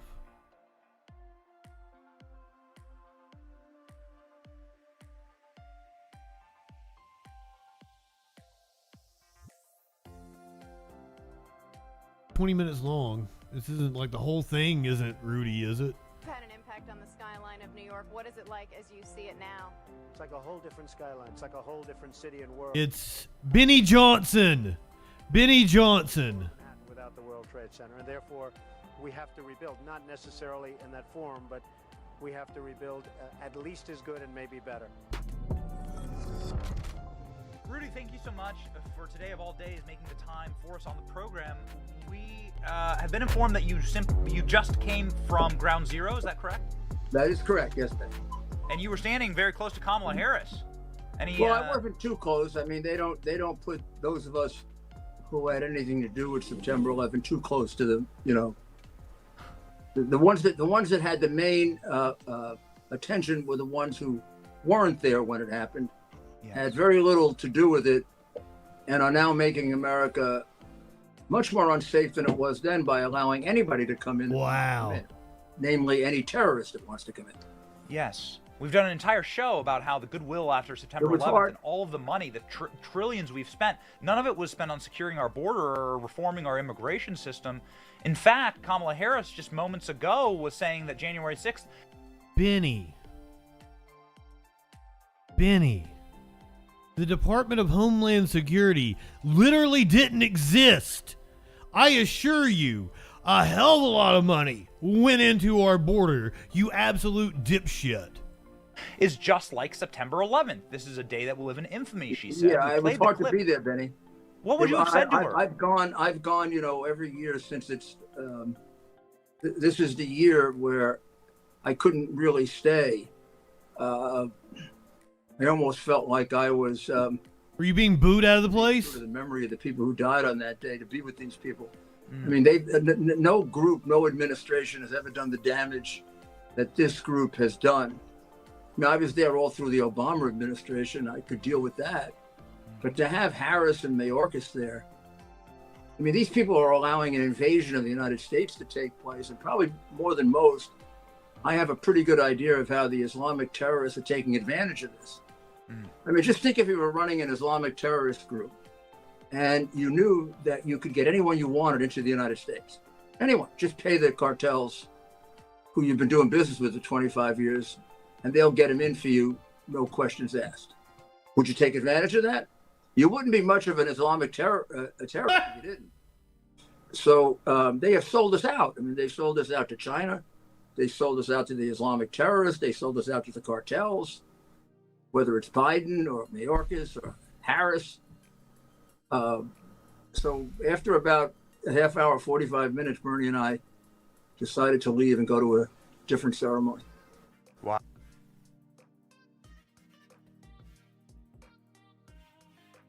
Me. What's crazy is that Rudy Giuliani first rose to fame because of 9/11. Teen born in 2006. Ooh, like he helped do it? Me. Okay, no, but I see how you got there.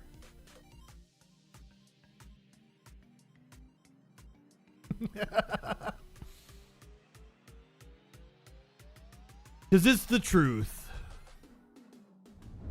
Do you think we're stupid? You think we're fools? Yes, I do think you're stupid. I do think you're fools. I think I have been vindicated in the years since that clip as well.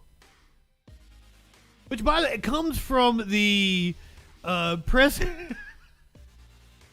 That clip literally comes from the press conference he was having in front of Four Seasons Total Landscape.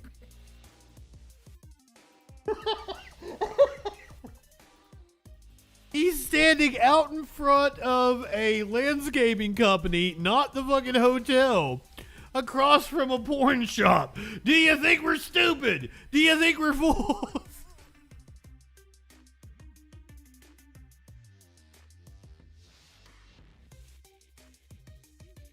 Oh.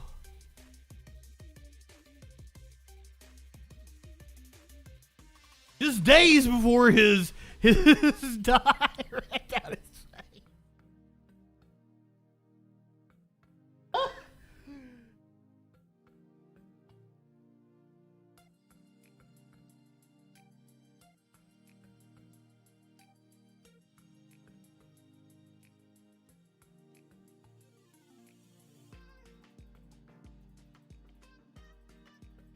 Speaking of shitty New York mayors, not the mayor of New York City, this is the mayor in New York State.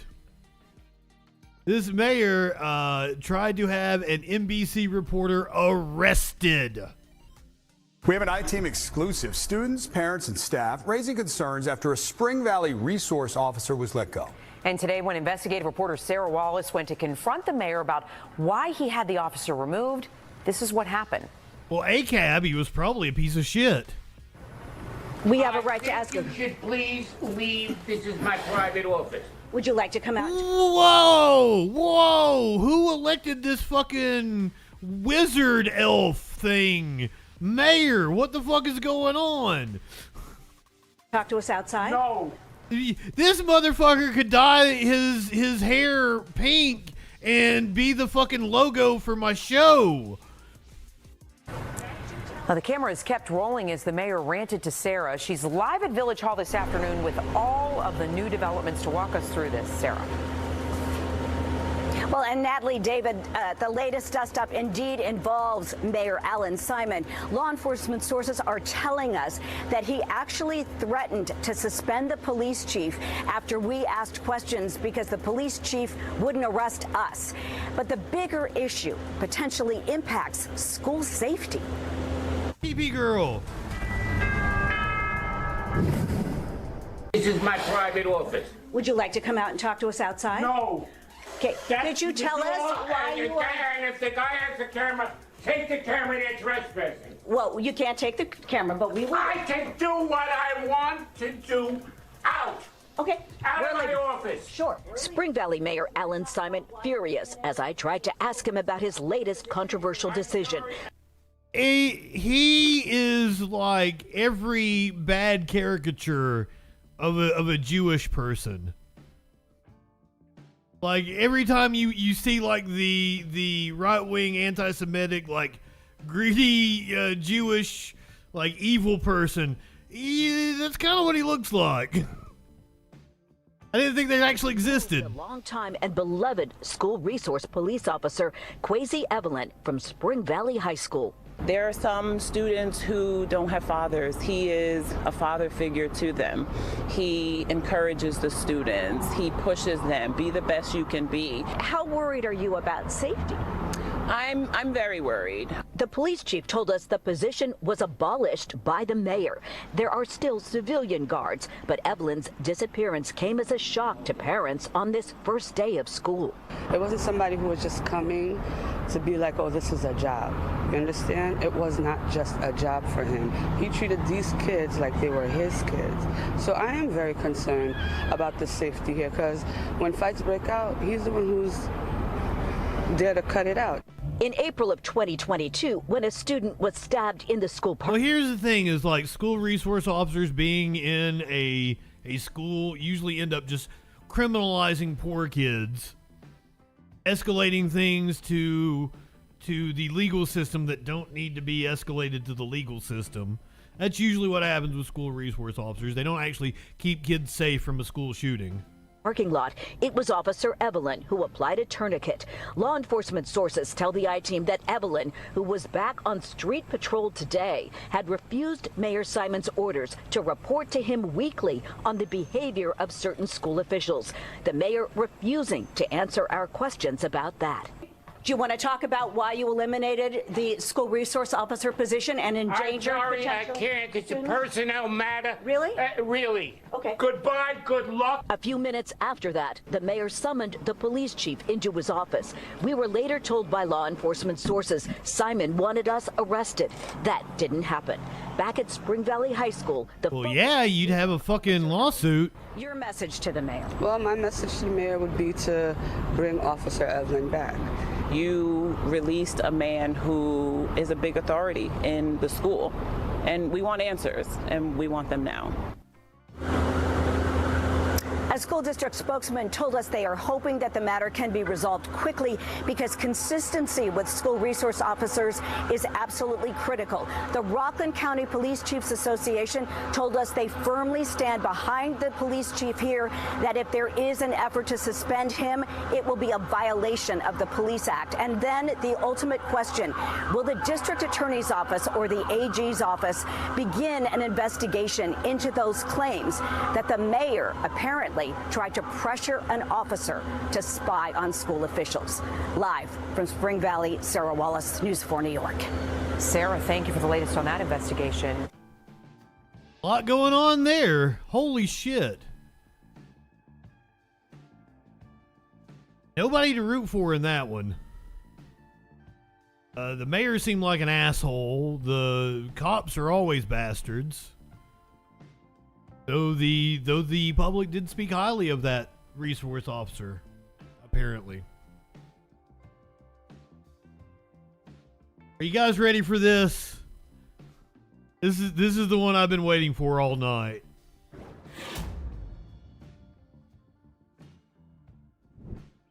He's got a gun now. The escaped murderer in Pennsylvania is now armed. We are now on day 10, day 11 of his escape from prison. He is now armed. They thought they were closing in on him last night. I was actually watching a live stream of it. Nope. And now he's armed. Hundreds of law enforcement officers in tactical gear have spent the day scouring fields, farms, even waterways in northern Chester County as they attempt to find Danilo Cavalcante. This comes after a resident in the area had a frightening encounter with a 34-year-old last night. It is Tuesday afternoon. I'm Sarah Bloomquist. And I'm Brian Taft. The big story on Action News today is yet another day of very active searching underway right now in Chester County. This is the latest perimeter announced by state police today. Law enforcement focusing here after Cavalcante stole a rifle from a garage in East Nantmeal Township, evading gunshots fired by that homeowner last night. And a live Chopper 6 shows more of the activity that we've seen along the lines of that perimeter all day long today. People living in that area are asked to be extra vigilant as police believe Cavalcante is still somewhere right there. We've got live team coverage of today's developments, lots of them. Action News reporter Caroline Goggin standing by with more on how this is impacting residents within that search. Oh, it was a for-profit prison he escaped from? Makes perfect fucking sense. Which, I mean, there's not that many prisons that the country has that aren't for-profit or at least contracted out. Zone. But we're going to begin with Walter Perez live at the command center in Unionville with the latest from authorities and the governor today. Walter. That's right, Brian and Sarah. New developments, both frightening and encouraging. Frightening because authorities now know that Cavalcante is heavily armed. Heavily armed! And a better idea of where he's located. Details involving the nearly 2-week search for escaped killer Danilo Cavalcante already read like a crime novel, complete with a massive police perimeter with authorities searching by foot, by vehicle, even horseback.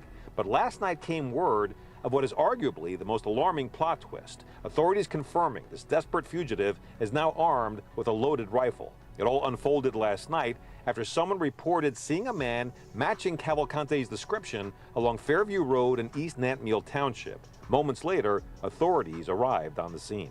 They observed footprints in some mud which were identical to the prison shoes worn by Cavalcante. A track was initiated, and shortly thereafter, both of his prison shoes were located. A short time later, police received another call, this time from a man who lives on nearby Coventryville Road. Indicating a short Hispanic male, no shirt, and wearing dark pants, had entered his garage while the homeowner was in it, and that he grabbed a .22 rifle that was leaning in the corner of the garage. That homeowner then pulled out another firearm, squeezed. This goddamn country! You just have a rifle just loose in your garage? Let me tell you, I keep getting told about responsible gun owners. That is not responsible. You are supposed to keep your guns in a gun safe, secured. You are not a responsible gun owner. Fuck off.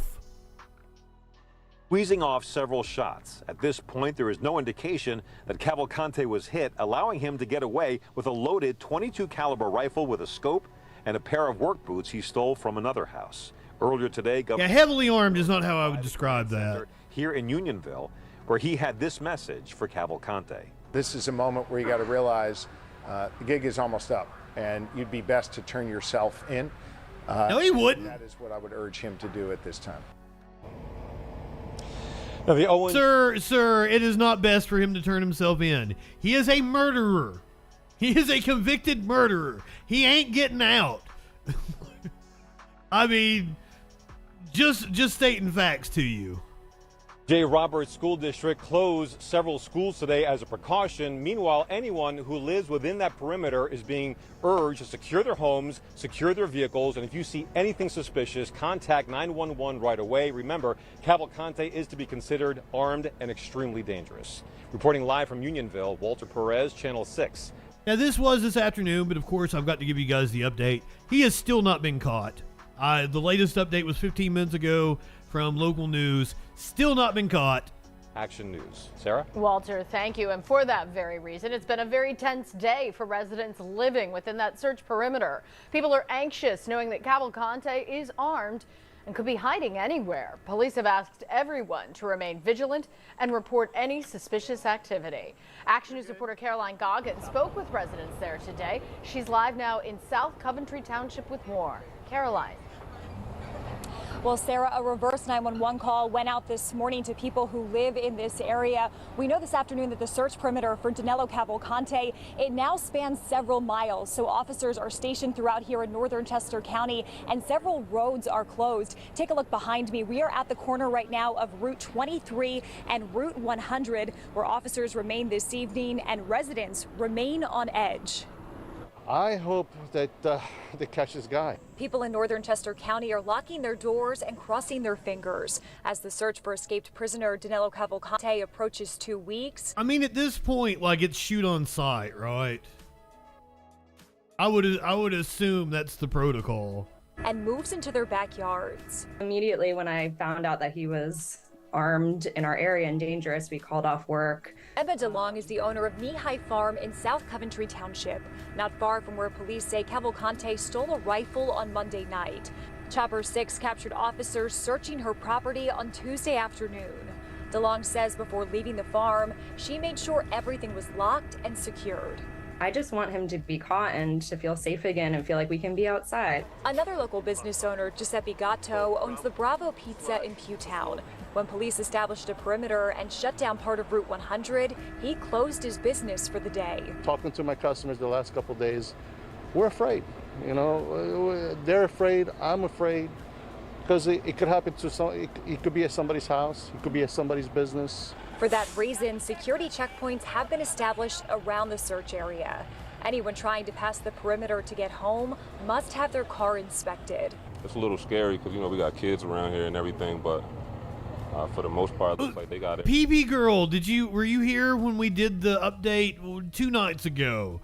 And he was in that dude's house, and the dude, like, flicked the light switch, and then Cavalcante, like, flipped the light back on.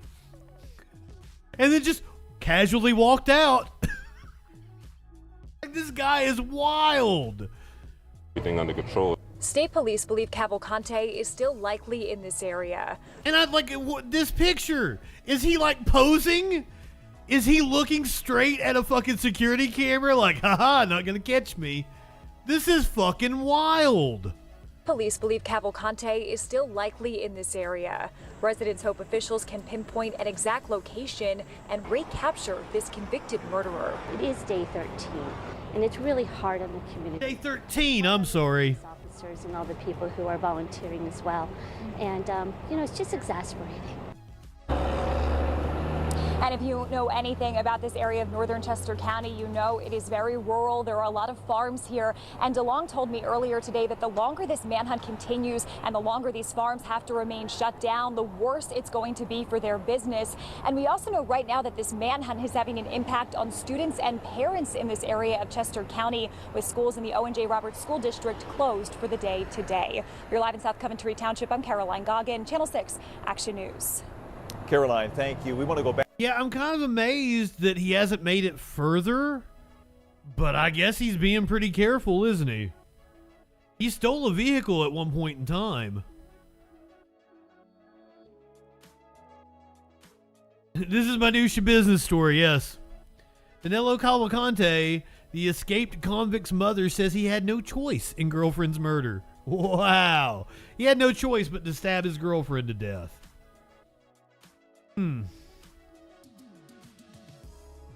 The convict fled the facility days after he was sentenced to life for stabbing his ex-girlfriend. He's also wanted for a 2017 murder in Brazil. In an interview with the New York Times on Tuesday, Cavalcante's mother, Irekima Cavalcante, defended her son's actions, saying that he killed Brandao, his girlfriend, after she reportedly threatened to tell American authorities that he was being sought by Brazilian police. Did it happen? It happened, Miss Cavalcante told the Times, but it happened because of the stranglehold she put on him, the stance she took with him. It wasn't femicide. He had to. He had no other choice. In the latest update, Pennsylvania State Police said the search is now centered on South Coventry Township. Lock all your doors and windows.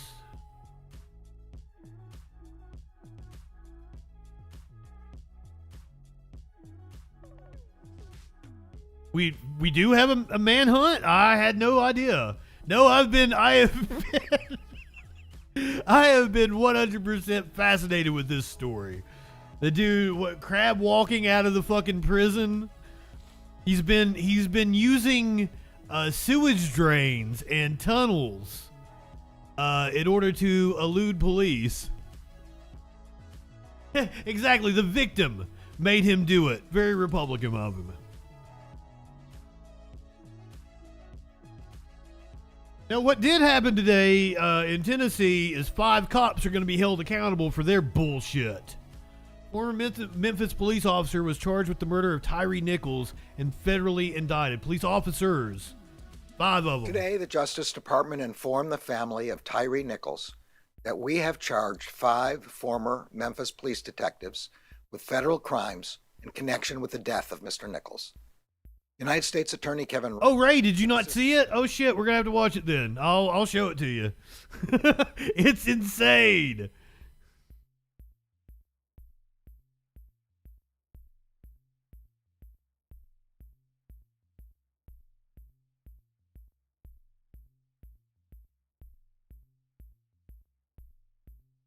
Of the escape.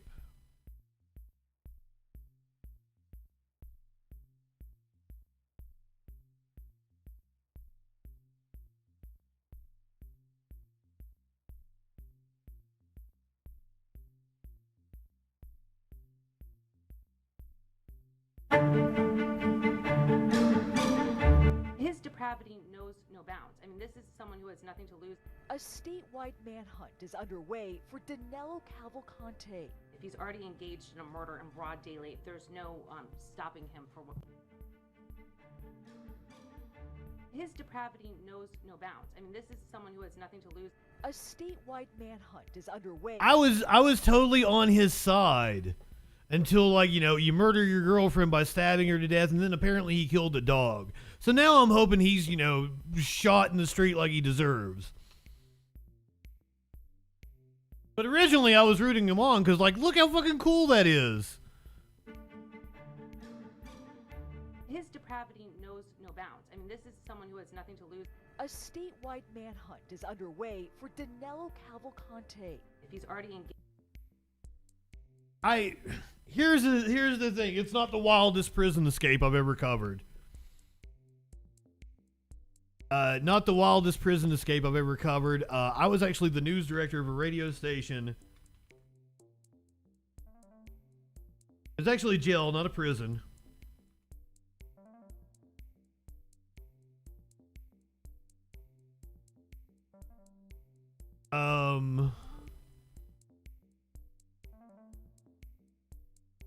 Yeah, I'll have to go back and find this story because I covered it back when I was doing news. Like a 6'6", 6'7" tall guy did a dive through one of the mail intake things in the jail. Like, I mean, it's seriously like a 3 foot by 3 foot little opening, and the dude was huge and went through it. So I'm gonna have to pull that one up. There's not video of it, I don't think. But, like, the story was that's the craziest fucking jail escape I've ever seen. Oh, but we also did the one with the woman in Alabama that ran off with her lover. We've covered quite a few jail escapes here on this show. Okay, anyway, back to Tyre Nichols. That was the almost snuff film that we watched. Would have been about fall of last year, I think. It would have been about this time last year. We watched, 2 hours of body cam footage of them just beating the shit out of the dude. And then one of the cops sent video of it to...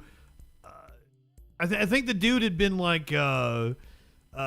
having a fling with one of the cops' girlfriends or something. It's an insane fucking video. But finally, justice. 5 former Memphis police officers will be charged, federally indicted. Today, the Justice Department informed the family of Tyre Nichols that we have charged 5 former Memphis police detectives with federal crimes in connection with the death of Mr. Nichols. United States Attorney Kevin Ritz and Assistant Attorney General for Civil Rights, Kristen Clark, will detail those charges shortly. On January 7th of this year, Tyre Nichols was just minutes away from home. Oh, it was January 7th. Okay. Seemed like it was about a year ago. I'm sorry. My apologies. When he was pulled over by law enforcement officers sworn to protect him. As the indictment charges, the defendants in this case, who at the time were serving as detectives with the Memphis Police Department, brutally beat Mr. Nichols. They then failed to render medical aid to Mr. Nichols and further failed to tell emergency responders that they had struck him repeatedly, even as his condition deteriorated and he became unresponsive. We also allege that while Mr. Nichols lay dying in a hospital, the defendants conspired to cover up their crimes, including by falsely stating that Mr. Nichols had actively resisted arrest. Weeks after Mr. Nichols' death, the Memphis Police Department released body camera footage of the incident. The country watched in horror as Mr. Nichols was kicked, punched, tased, and pepper sprayed. We all heard Mr. Nichols cry. Now, he did run from them after they started beating him. Yeah, he ran. Out for his mother and say, quote, "I'm just trying to go home." We allege that the defendants charged today willfully deprived Tyre Nichols of his constitutional rights and that their actions resulted in his death. Tyre Nichols should be alive today. I want to express my deep condolences to Mr. Nichols' loved ones as they continue to grieve the loss of their beloved son, father, brother, grandson, and friend. Officers who violate the civil rights of those they are sworn to protect undermine public safety, which depends on the community's trust in law enforcement. They dishonor their fellow officers who do their work with integrity every day. The Justice Department will continue to hold accountable officers who betray their oath. Well, thank you, Merrick Garland, for doing something. Once again, why did it take you so long? Go to Ohio, where a juvenile facility was apparently taken over by the youthful inmates. 12 teenage inmates stole keys from staff members and broke out of their rooms. This was in the Indian River Juvenile Detention Facility. This happened in October of last year. We are now getting the video, dropped a couple days ago, I think. Shocking new video from a juvenile detention center in Ohio. Surveillance video, some of it sped up, showing the moment a dozen youth inmates took over a facility, destroying security cameras and even threatening staff members with makeshift weapons. This uprising just the latest in a string of violent incidents at that facility. Jesse Kirsch with the video and the new details. Tonight, our first look at dramatic video from inside an Ohio correctional facility, showing the chaotic moments teenage inmates overtook the facility. The kids are running the place. Our hands are tied. Officials say last October, 12 youth inmates stole keys from a staff member and broke out of their rooms at the Indian River Juvenile Correctional Facility. The newly released surveillance footage capturing the chaos on camera. Teens smashing computers, trashing rooms, and even destroying security cameras before barricading themselves in a classroom, threatening staff with makeshift weapons. A special response team moves in with pepper spray, bringing the standoff to an end after an agonizing 12 hours, resulting in what officials say was nearly What's he spraying? $1,000 in damage. One staff member who spoke anonymously to NBC's Cleveland affiliate, not shocked by the violent outburst. Surprising to me, no. I mean, I see the stuff every day. The public doesn't realize it, but anybody that works there does. This uprising coming just days after officials say a corrections officer was brutally attacked by a young inmate at this same facility. Did he deserve it? Tugging and punching and hitting, but I couldn't see where it was there because he had hit me on this side of my face. According to our affiliate, the attack was sending David Upshaw into kidney and heart failure as he spent 3 weeks in the hospital. Just by the grace of God, I didn't die or get injured worse. This wave of violence leading to calls for change. Last year, the Ohio Department of Youth Services implemented new safety protocols, including body cameras and pepper spray for some staff members. They're afraid to use the pepper spray because then they're under investigation, and numerous ones have been put out or quit or left or had the spray taken away from them because they've used it. Some employees say staffing shortages are leading to a rise in these violent incidents. According to the Department of Youth Services, the number of assaults increased over the same time period from 2020 to 2021 and again from 2021 to 2022. They can't keep the new staff in. The new staff come in and see what things are happening and haven't dealt with this kind of situation or worked this kind of work before, are scared and they quit and leave. And according to our... I just want to point out, once again, we're talking about children here. We're talking about children. Treating them like caged animals. Some of the teens told investigators they planned this uprising because they felt they'd been spending too much time in their private rooms and not enough time in common areas. That's a consequence of staffing problems, but this is hardly just an issue in Ohio. Pennsylvania, Maryland, and Louisiana are also among the states that have seen issues with the conditions in juvenile... Somebody look it up for me. Is this a for-profit facility? Indian River Juvenile Detention Facility. Is it a for-profit facility? Facilities recently because of staffing problems. Tom?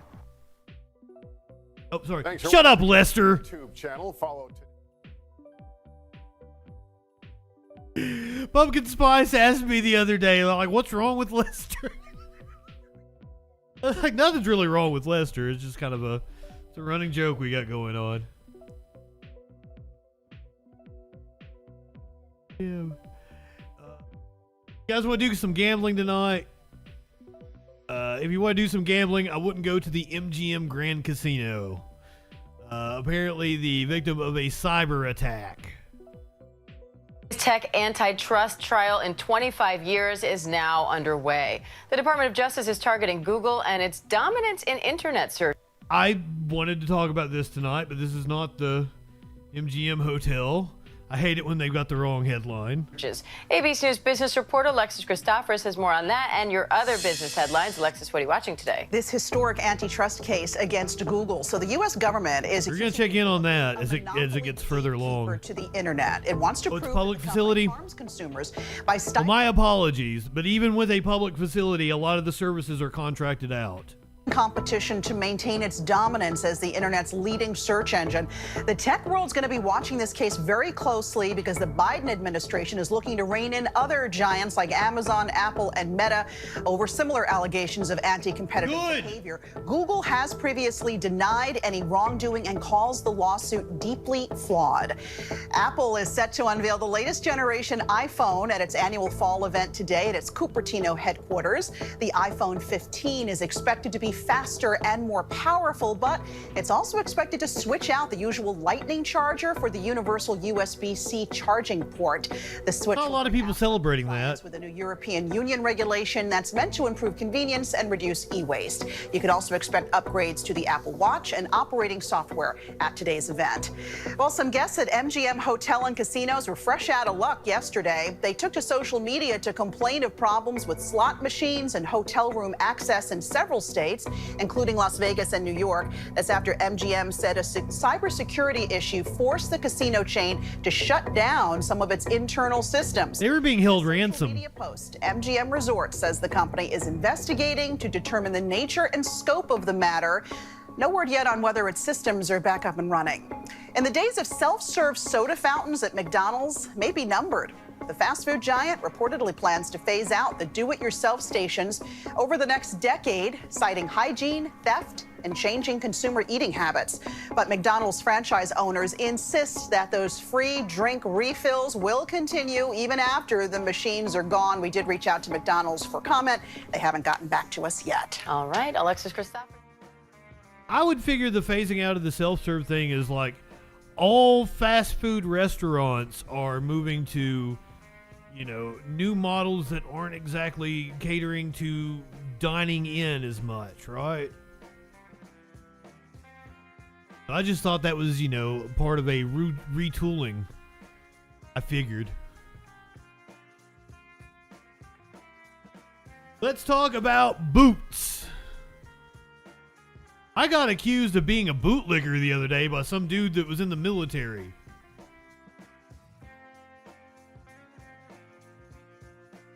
And why is it all these libertarian types I run into were in the military? Like, that's really weird to me.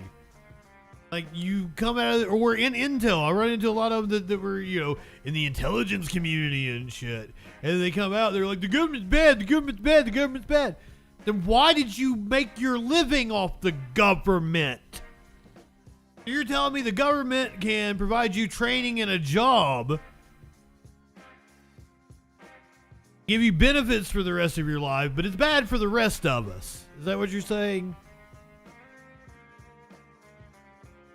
I'm going to do a video essay on this, or I'm going to do some kind of a speech on this, because like this is really something that's been bothering me, right? So there is a right-wing trope, a prevalence that the government can't do anything, that anything the government does is inherently bad. But I am from Pikeville, fucking Kentucky. And that kind of changes my perspective on things. Because if it wasn't for the government building the roads into my community, I can't imagine how I would have ever escaped the poverty-stricken town in the mountains. If it wasn't like, I saw it with my own eyes. There was only like one main state highway when I was a little kid. And they opened up several through my you know, adolescent years and into my early 20s. Saw it with my own eyes, how it transformed the community. That's the government. I luckily went to a school which had really good funding compared to other schools in the district. That's the government. And the biggest thing I can point to is that the town I am from, Pikeville, Kentucky, used to flood every 3 to 5 years. They had a catastrophic flood. The last one was in 1976, I believe. And people died. Millions of dollars in businesses, families, homes ruined. The Army Corps of Engineers, and there's a gazillion projects in Eastern Kentucky I can point to, done by the Army Corps of Engineers. But this one in specific, they moved the fucking Big Sandy River. At the time, it was the second largest earth-moving project. I think it's fallen down to like 4th or 5th now. It was second behind the Panama Canal. That's how massive of an undertaking this was. The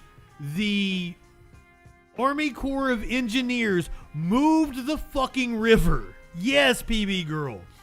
They moved the Big Sandy River. They rerouted it. And my town never flooded again.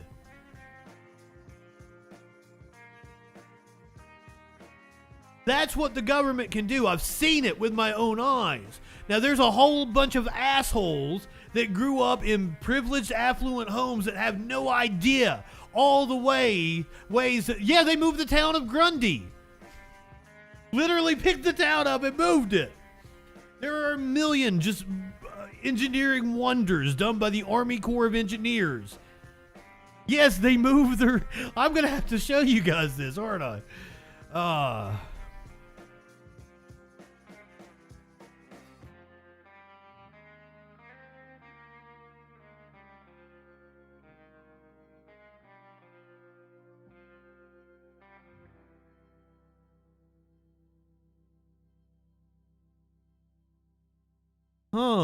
The Wikipedia doesn't mention it. That's weird.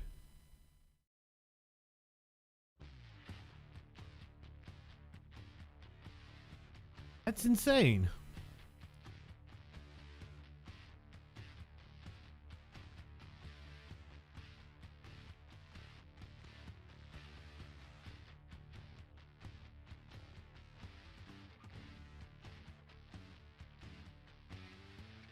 The tiny Kentucky town literally moved a mountain in one of the largest engineering feats in the world.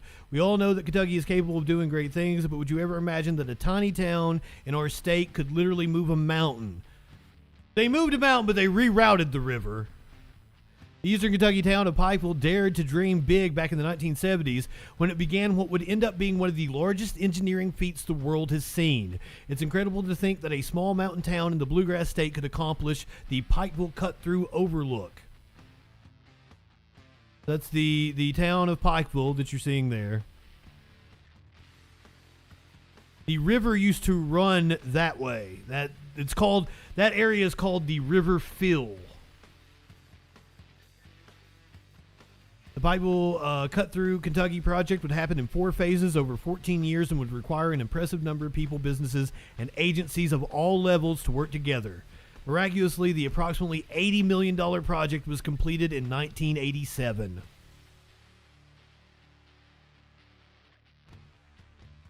A total of 18 million cubic yards of earth were moved during this project, most of which filled in the moved riverbed and created more buildable land for the town.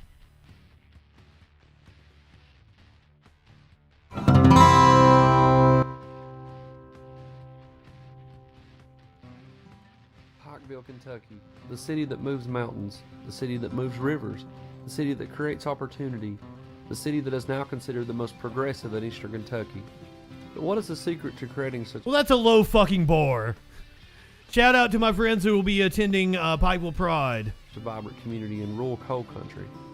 I believe it has a lot to do with one simple concept: plan the work and work the plan.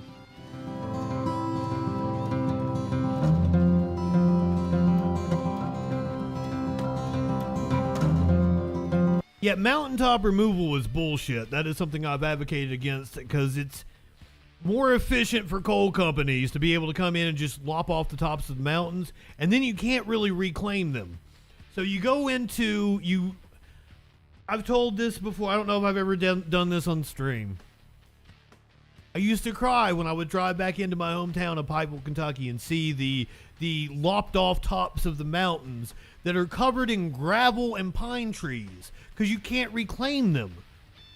Actual forest doesn't grow back. That's why pine trees, evergreen trees, are the only things that grow on them.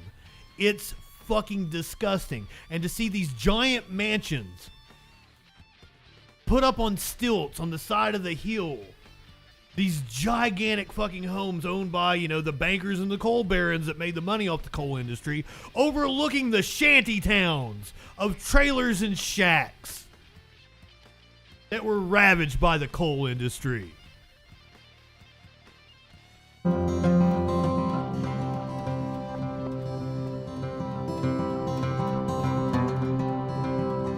gonna be honest with you, a lot of this, that's the town I'm from, but it doesn't even look like it did when I still lived there 15 years ago. In April of 1977, 5 to 8 inches of rain turned Pike County into a wasteland of water, mud, and disaster. Rainfall records were set all across the southeastern United States, with tens of thousands of people being displaced from their homes. Just 20 years before the 1977 flood, the 1950s wreaked havoc on the city.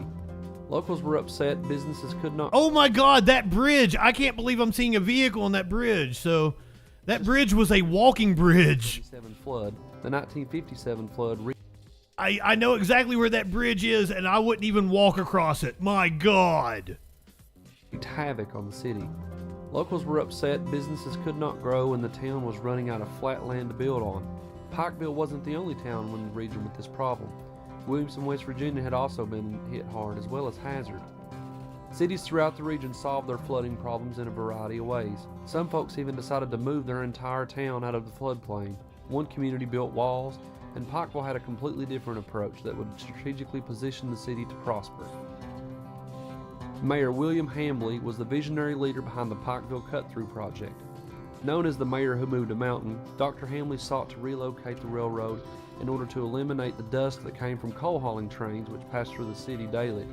More importantly, this was an opportunity to relocate the Levice Fork of the Big Sandy River away from the city to eliminate what was becoming an annual event, flooding. The project began in 1973 with Phase 1 moving nearly 13 million cubic yards of rock and debris from Peach Orchard Mountain to create a new road, riverbed, and railway.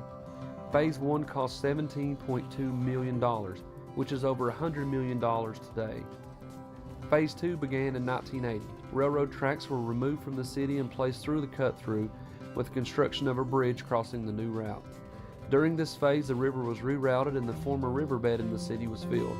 5 million cubic yards of soil was moved and filled in the old riverbed to create 240 acres of new property. This phase cost $19.7 million, which is over $114 million today. God damn. Phases 3 and 4 were completed by 1987 when the project was dedicated. These final stages included the construction of another bridge, the construction. So as I said, like I watched all the different roads that was built into the town through my childhood, but this project was completed just before, I would have memories. It would have been 3 or 4. Of Hamley Boulevard atop the old railroad bed, which created an additional 150 acres of property for the city. After completion, the Pikeville Cut-Through project moved over 18 million cubic yards of earth for a total cost of $77.6 million, nearly $500 million in today's dollars. Today, knowingly and unknowingly, thousands of people visit or pass through the Cut-Through project. Most don't realize they're passing through a project second only to the Panama Canal. I don't think that's true anymore. As I said, like at one point in time, it was second only to the Panama Canal, but I think we've had 2 or 3 projects that knocked it down. Justin Prater on YouTube. That name sounds familiar. I might know you from somewhere, sir. I will give you a sub and a thumbs up because that was a good video. But yeah, I don't subscribe to the right-wing notion that government can't do anything, because I've seen it with my own eyes. Now, right-wingers purposely try to sabotage our fucking government. Sorry, off on a little tangent there. That wasn't part of tonight's prepared show. My apologies. Happens from time to time. Now, here's the story I was planning on bringing you. I think everyone in my chat is really going to love this one. 2 masked women are taking on the Atlanta car booting industry. This is something no driver wants to see. You walk out to your car and a device is attached to the wheel to prevent you from moving, meaning you have been booted. And in order to get it removed, the driver is then on the hook for the cost. In Atlanta, 2 masked women are trying to shake up the booting industry one call at a time. The identity of the boot girls remains hidden for their safety, but they've become social media stars and state lawmakers are following their lead. The boot girls. State senators and an Atlanta city official are now trying to ban the act of booting, saying it's predatory and at times causing unnecessary violence. It is. But booting companies say they only practice it where the city ordinance allows. Tonight, we take you along for a look inside the parking problems plaguing one of America's biggest cities and the vigilantes trying to fix it.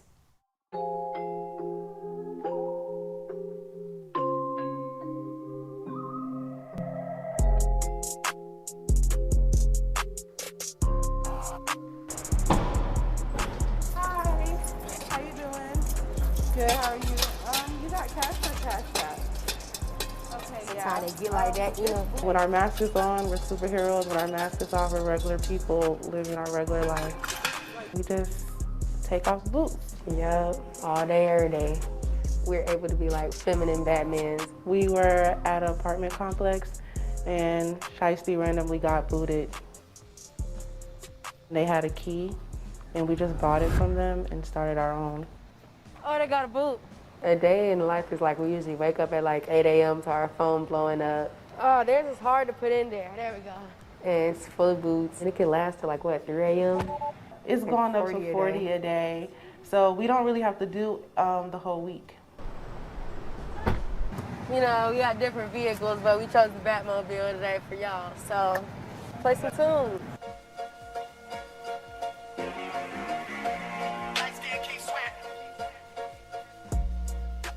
This is a bad industry. It's wrong on all levels. And our job as lawmakers is to address that and protect our citizens. I haven't had one person complain about the boot girls at this point. They've been nothing but raving fans. However, I'm sure the booting companies here, they would say something different. Fuck those booting companies. You see through the social media reactions, the reactions of local news when stories about booting come up, that this is a problem that Why are we getting Babishin on this? are really concerned about. So you can park your car at a lot in Atlanta, walk off the property, come back, and your car is going to be booted. Since 2012, we've helped at least 500,000 people who have been booted in Georgia, and Atlanta counts for the lion's share of that. This is big business in Atlanta. Everyone profits. The booting companies profit, the parking companies profit, even the business owners profit. Despite the fact that there are statutes and rules that keep them from giving kickbacks, they still do it in a lot of instances. So everyone's getting paid off of this, and the people who are parking, even in their own homes, are the ones paying the cost. Our state government should have acted a long time ago. And in some instances, people are very understandably upset. And that can lead to violent confrontations. Maynard's got a hairball in there. You can't do it, man. You're finna step on her foot. I'm not stepping on Hey, your foot. You can't do it. you need to go, like, for real. No, you can't do this. The man was from a private parking company. He was very aggressive with us. He was putting like most of his body weight on us, making my hand stuck in the boot to where I can't turn or get the key out. I thought we was gonna have to fight him. Okay, but excuse me so I can take it. I'm glad they were willing to fight him. I'm calling the cops right now. Don't worry about it. And It's legal, like. It's not. Yes, It's not. it is. You touch my friend, I'ma whip your. You a grown man. You a grown man. And you're hiding behind a mask. Okay, and what you gonna do about it? Behind a mask. It's kind of a dangerous job for a female, technically, especially with the audience and they know who you are. They really try to attack you. But we're on the way, and she said, thank you. I've been arrested by the Atlanta Police Department. I was trying to help the people who had called me, and by the time I got there, all that was happening, they called the police, and they just falsely accused me of throwing the boot over the fence, but the lot that it was at, there was no fence. They just said things that they know were criminal to, have reasons for my arrest. The boot girls, we've identified them, we know who they are, and we're working through a process with other booting companies and APD to get them prosecuted. The problem is more with some of our state legislators that are actually encouraging this kind of activity. Well, here in the city of Atlanta, we have an ordinance that actually controls how we boot. So we have to be permitted by the City of Atlanta Police Department with background checks. We have to have signage at all the entrances, and there's a whole bunch of things that we have to do in order to boot a car legally. We only boot in areas where there is an ordinance. Bitches. We work with our crew to educate them on how to speak to people. So to de-escalate things, if you communicate well with them, it tends to de-escalate a situation. Banning booting is short-sighted. And the reason why I say that is this. You take a property like this, which is a paid parking lot.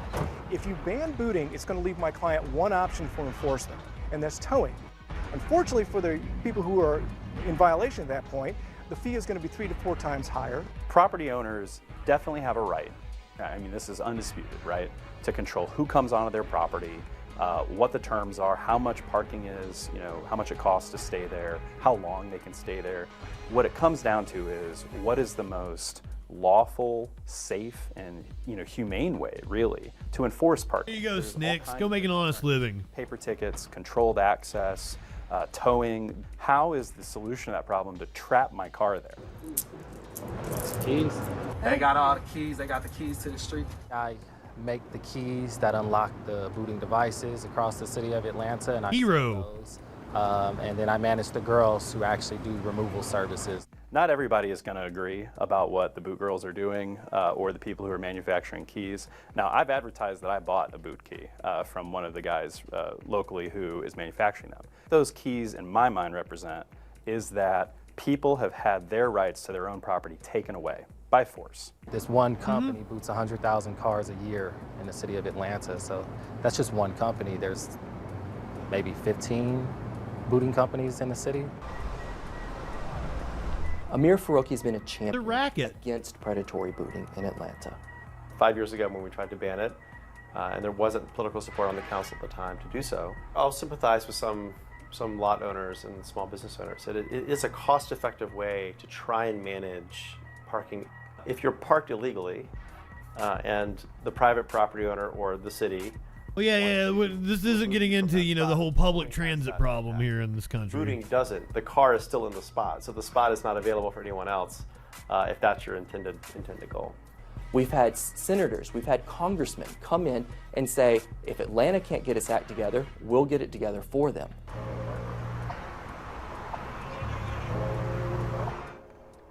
They're used to running these lots like, cowboys in the Wild West or something. Now you have drivers who say, you got to call 911 if you want to keep me here because I have the means to take this off. This industry depends on predatory practices, and it's time for a statewide ban. I introduced a complete ban on booting, and mindful that 5 years ago we had tried to regulate it, but the booting company had apparently backed out. And we got, at one point in the Senate, we had over half of the Senate that had either pledged to support the bill or had signed a version of the bill, close to 30 votes. We brought a majority of the Senate essentially to the table, not just to regulate, but to ban it outright. When we come back to legislative session in January, and it will be certainly my goal, and I believe my counterpart here, to get that pass-through committee on the Senate floor so Governor Brian Kemp can sign that into law. It's not easy changing the law, nor it should be. Oh, I get you. I think we both agree banning the boot's the best option. We hope the boot is banned. We can go to a different state, different states calling us. Yeah, boot girls would never stop. It will all Love it. I think there's love those women. That they are playing the role of a superhero. But whether they are a superhero or just vigilantes, I think we're going to have to let people decide. Also, their masks remind me of ABC Pussy News Riot. reached out to the Atlanta Police Department, and they provided the public service announcement regarding boot keys. Good for them if they are making a little money on it. It's $50 as opposed to what, $75 or more that the other companies were charging.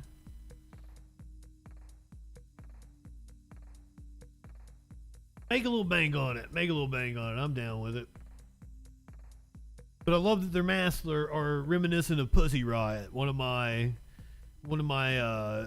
favorite groups, dissident groups from Russia that makes protest music. 150 in some places. Yep. The city of Atlanta, kind of wild. Really, PB girl, I fucking love Pussy Riot. I feel like they dropped a song not that long ago. Like Police State, Make America Great Again, fucking love Bad Apples. They've got so many fucking badass songs. I wanted to go, when I was still living in Alabama, they did a fundraiser when Alabama passed one of their many fucking abortion laws. Pussy Riot still in jail? For what, Libertad? I hadn't heard about that. But they were going to do a show in Birmingham, and I wanted to go, but tickets sold out like instantly. So I didn't get a chance. Oh, one is. The group is like, it's a collective, and they were like noise artists, but after they kind of gained some notoriety, they got a singer that's really fucking good. They make really good music now. Because a lot of their early stuff is like avant-garde and experimental, but like they make actual kind of pop music now. Dino Woody in the city of Atlanta is prompting a sign code review. A gigantic inflatable T-Rex. Well, this guy is turning some heads in one Metro Atlanta yard, but not everyone wants this prehistoric beast on display. The gigantic decoration now prompting the city of Dunwoody to review its own policies. Atlanta News First reporter is Dunwoody. Rachel Aragon from the historic display on Dunwoody Club Drive. I said historic. I should have said prehistoric. Rachel, has given a lot of neighbors a reason to stare. Very much so. In fact, I just spoke to the homeowners off camera. She looks a lot like one of the women that makes memes in an OC memes group I'm in. It's kind of I'm expecting her to say something about Matt Damon, or that she posts nudes. They tell me this all started to bring joy to their young kids and many others during the pandemic. But after seeing this T-Rex right here and talking to many neighbors, it also seems to bring joy to many adults in the neighborhood as well. It's kind of one of those things that just catches your eye. For several years, this stretch of Dunwoody has been better known as Dino Woody. Everybody stops and when they walk by and takes pictures, and it's wonderful. Rob Schaub says the inflatable dinosaurs first popped up during the pandemic. He, like the other 6 to 7 neighbors we talked to nearby, found the dinos delightful, not a distraction. So I went out of the way to give her a note that it really made my day every morning when I come out of the neighborhood. Honestly, I just thought it was funny. But not everyone found. Yeah, who's the asshole that wants it down? The city says in response to an email complaint sent to the city on August 31st, the homeowner was given a courtesy notice by code enforcement indicating the inflatables in the yard violate Dunwoody sign code. The homeowners were initially given until September 20th to comply with the city's codes. But now this T-Rex might not be going extinct, at least not this month. So lots of Dunwoody residents are suddenly concerned about dinosaurs, particularly those that inflate. The mayor of Dunwoody addressing the issue at Tuesday's council meeting. City leaders have asked staff to review the sign code and consider possible modifications. To allow for more time for review, the city has pushed back the homeowner's compliance date to October 20th. Sign code? I'm thrilled to see a private fucking yard. Community engagement, and want to assure everyone that we are working on a solution. Issues like this are complex, and we need some time to get it right and avoid unattended. Not complex. It's a private fucking yard in a country that's supposed to be fucking free. The consequences. We will update you as soon as we can. And of course, we couldn't speak to every single resident in the neighborhood. But again, those we spoke to, though, were very supportive of this gigantic T-Rex. Again, we're going to follow up with the city of Dunwoody leading into that compliance deadline on October 20th to give you an update on their code enforcement and sign codes. We're live in Dunwoody. Rachel Aragon, Atlanta News First. You let the dinosaur stay. Exactly, the de facto homeowners association. They can go fuck themselves. Supposed to be a free country. I thought this was America, pal. Where a cat can go and rob a cat can go and rob a home with a knife. I was just like, the story isn't even in America. It's a British cat. It's a British cat turning into a hooligan.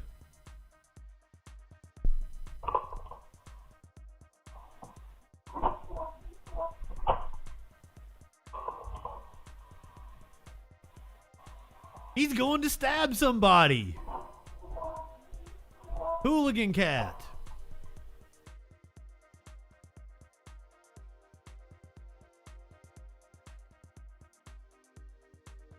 What the? Give it back to me. Hold on. Hold on. No. Jesus. BBC fucking me up here. Flintshire cat burglar caught on CCTV with a stolen knife. Cat burglar has been caught on CCTV sneaking a stolen knife into her home in the middle of the night. The knife is the latest crime for Ginji, a 4-year-old Maine Coon from Buckley, Flintshire. Over the last few months, she's stolen items including a child's spade, swimming goggles, football training coat, and even a kitchen sieve. Owners Jay Phoenix and Matthew Westlake said they've been absolutely amazed and have had no fucking luck tracking down the items. I love it. The kitten's awesome. Terrorizing the neighborhood. Hooligan cat.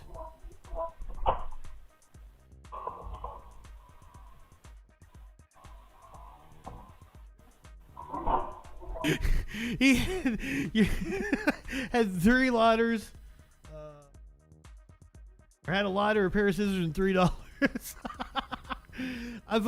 My cats steal my lighters. They love playing with my lighters. Knife is an aggravating factor that will impact the cat's sense.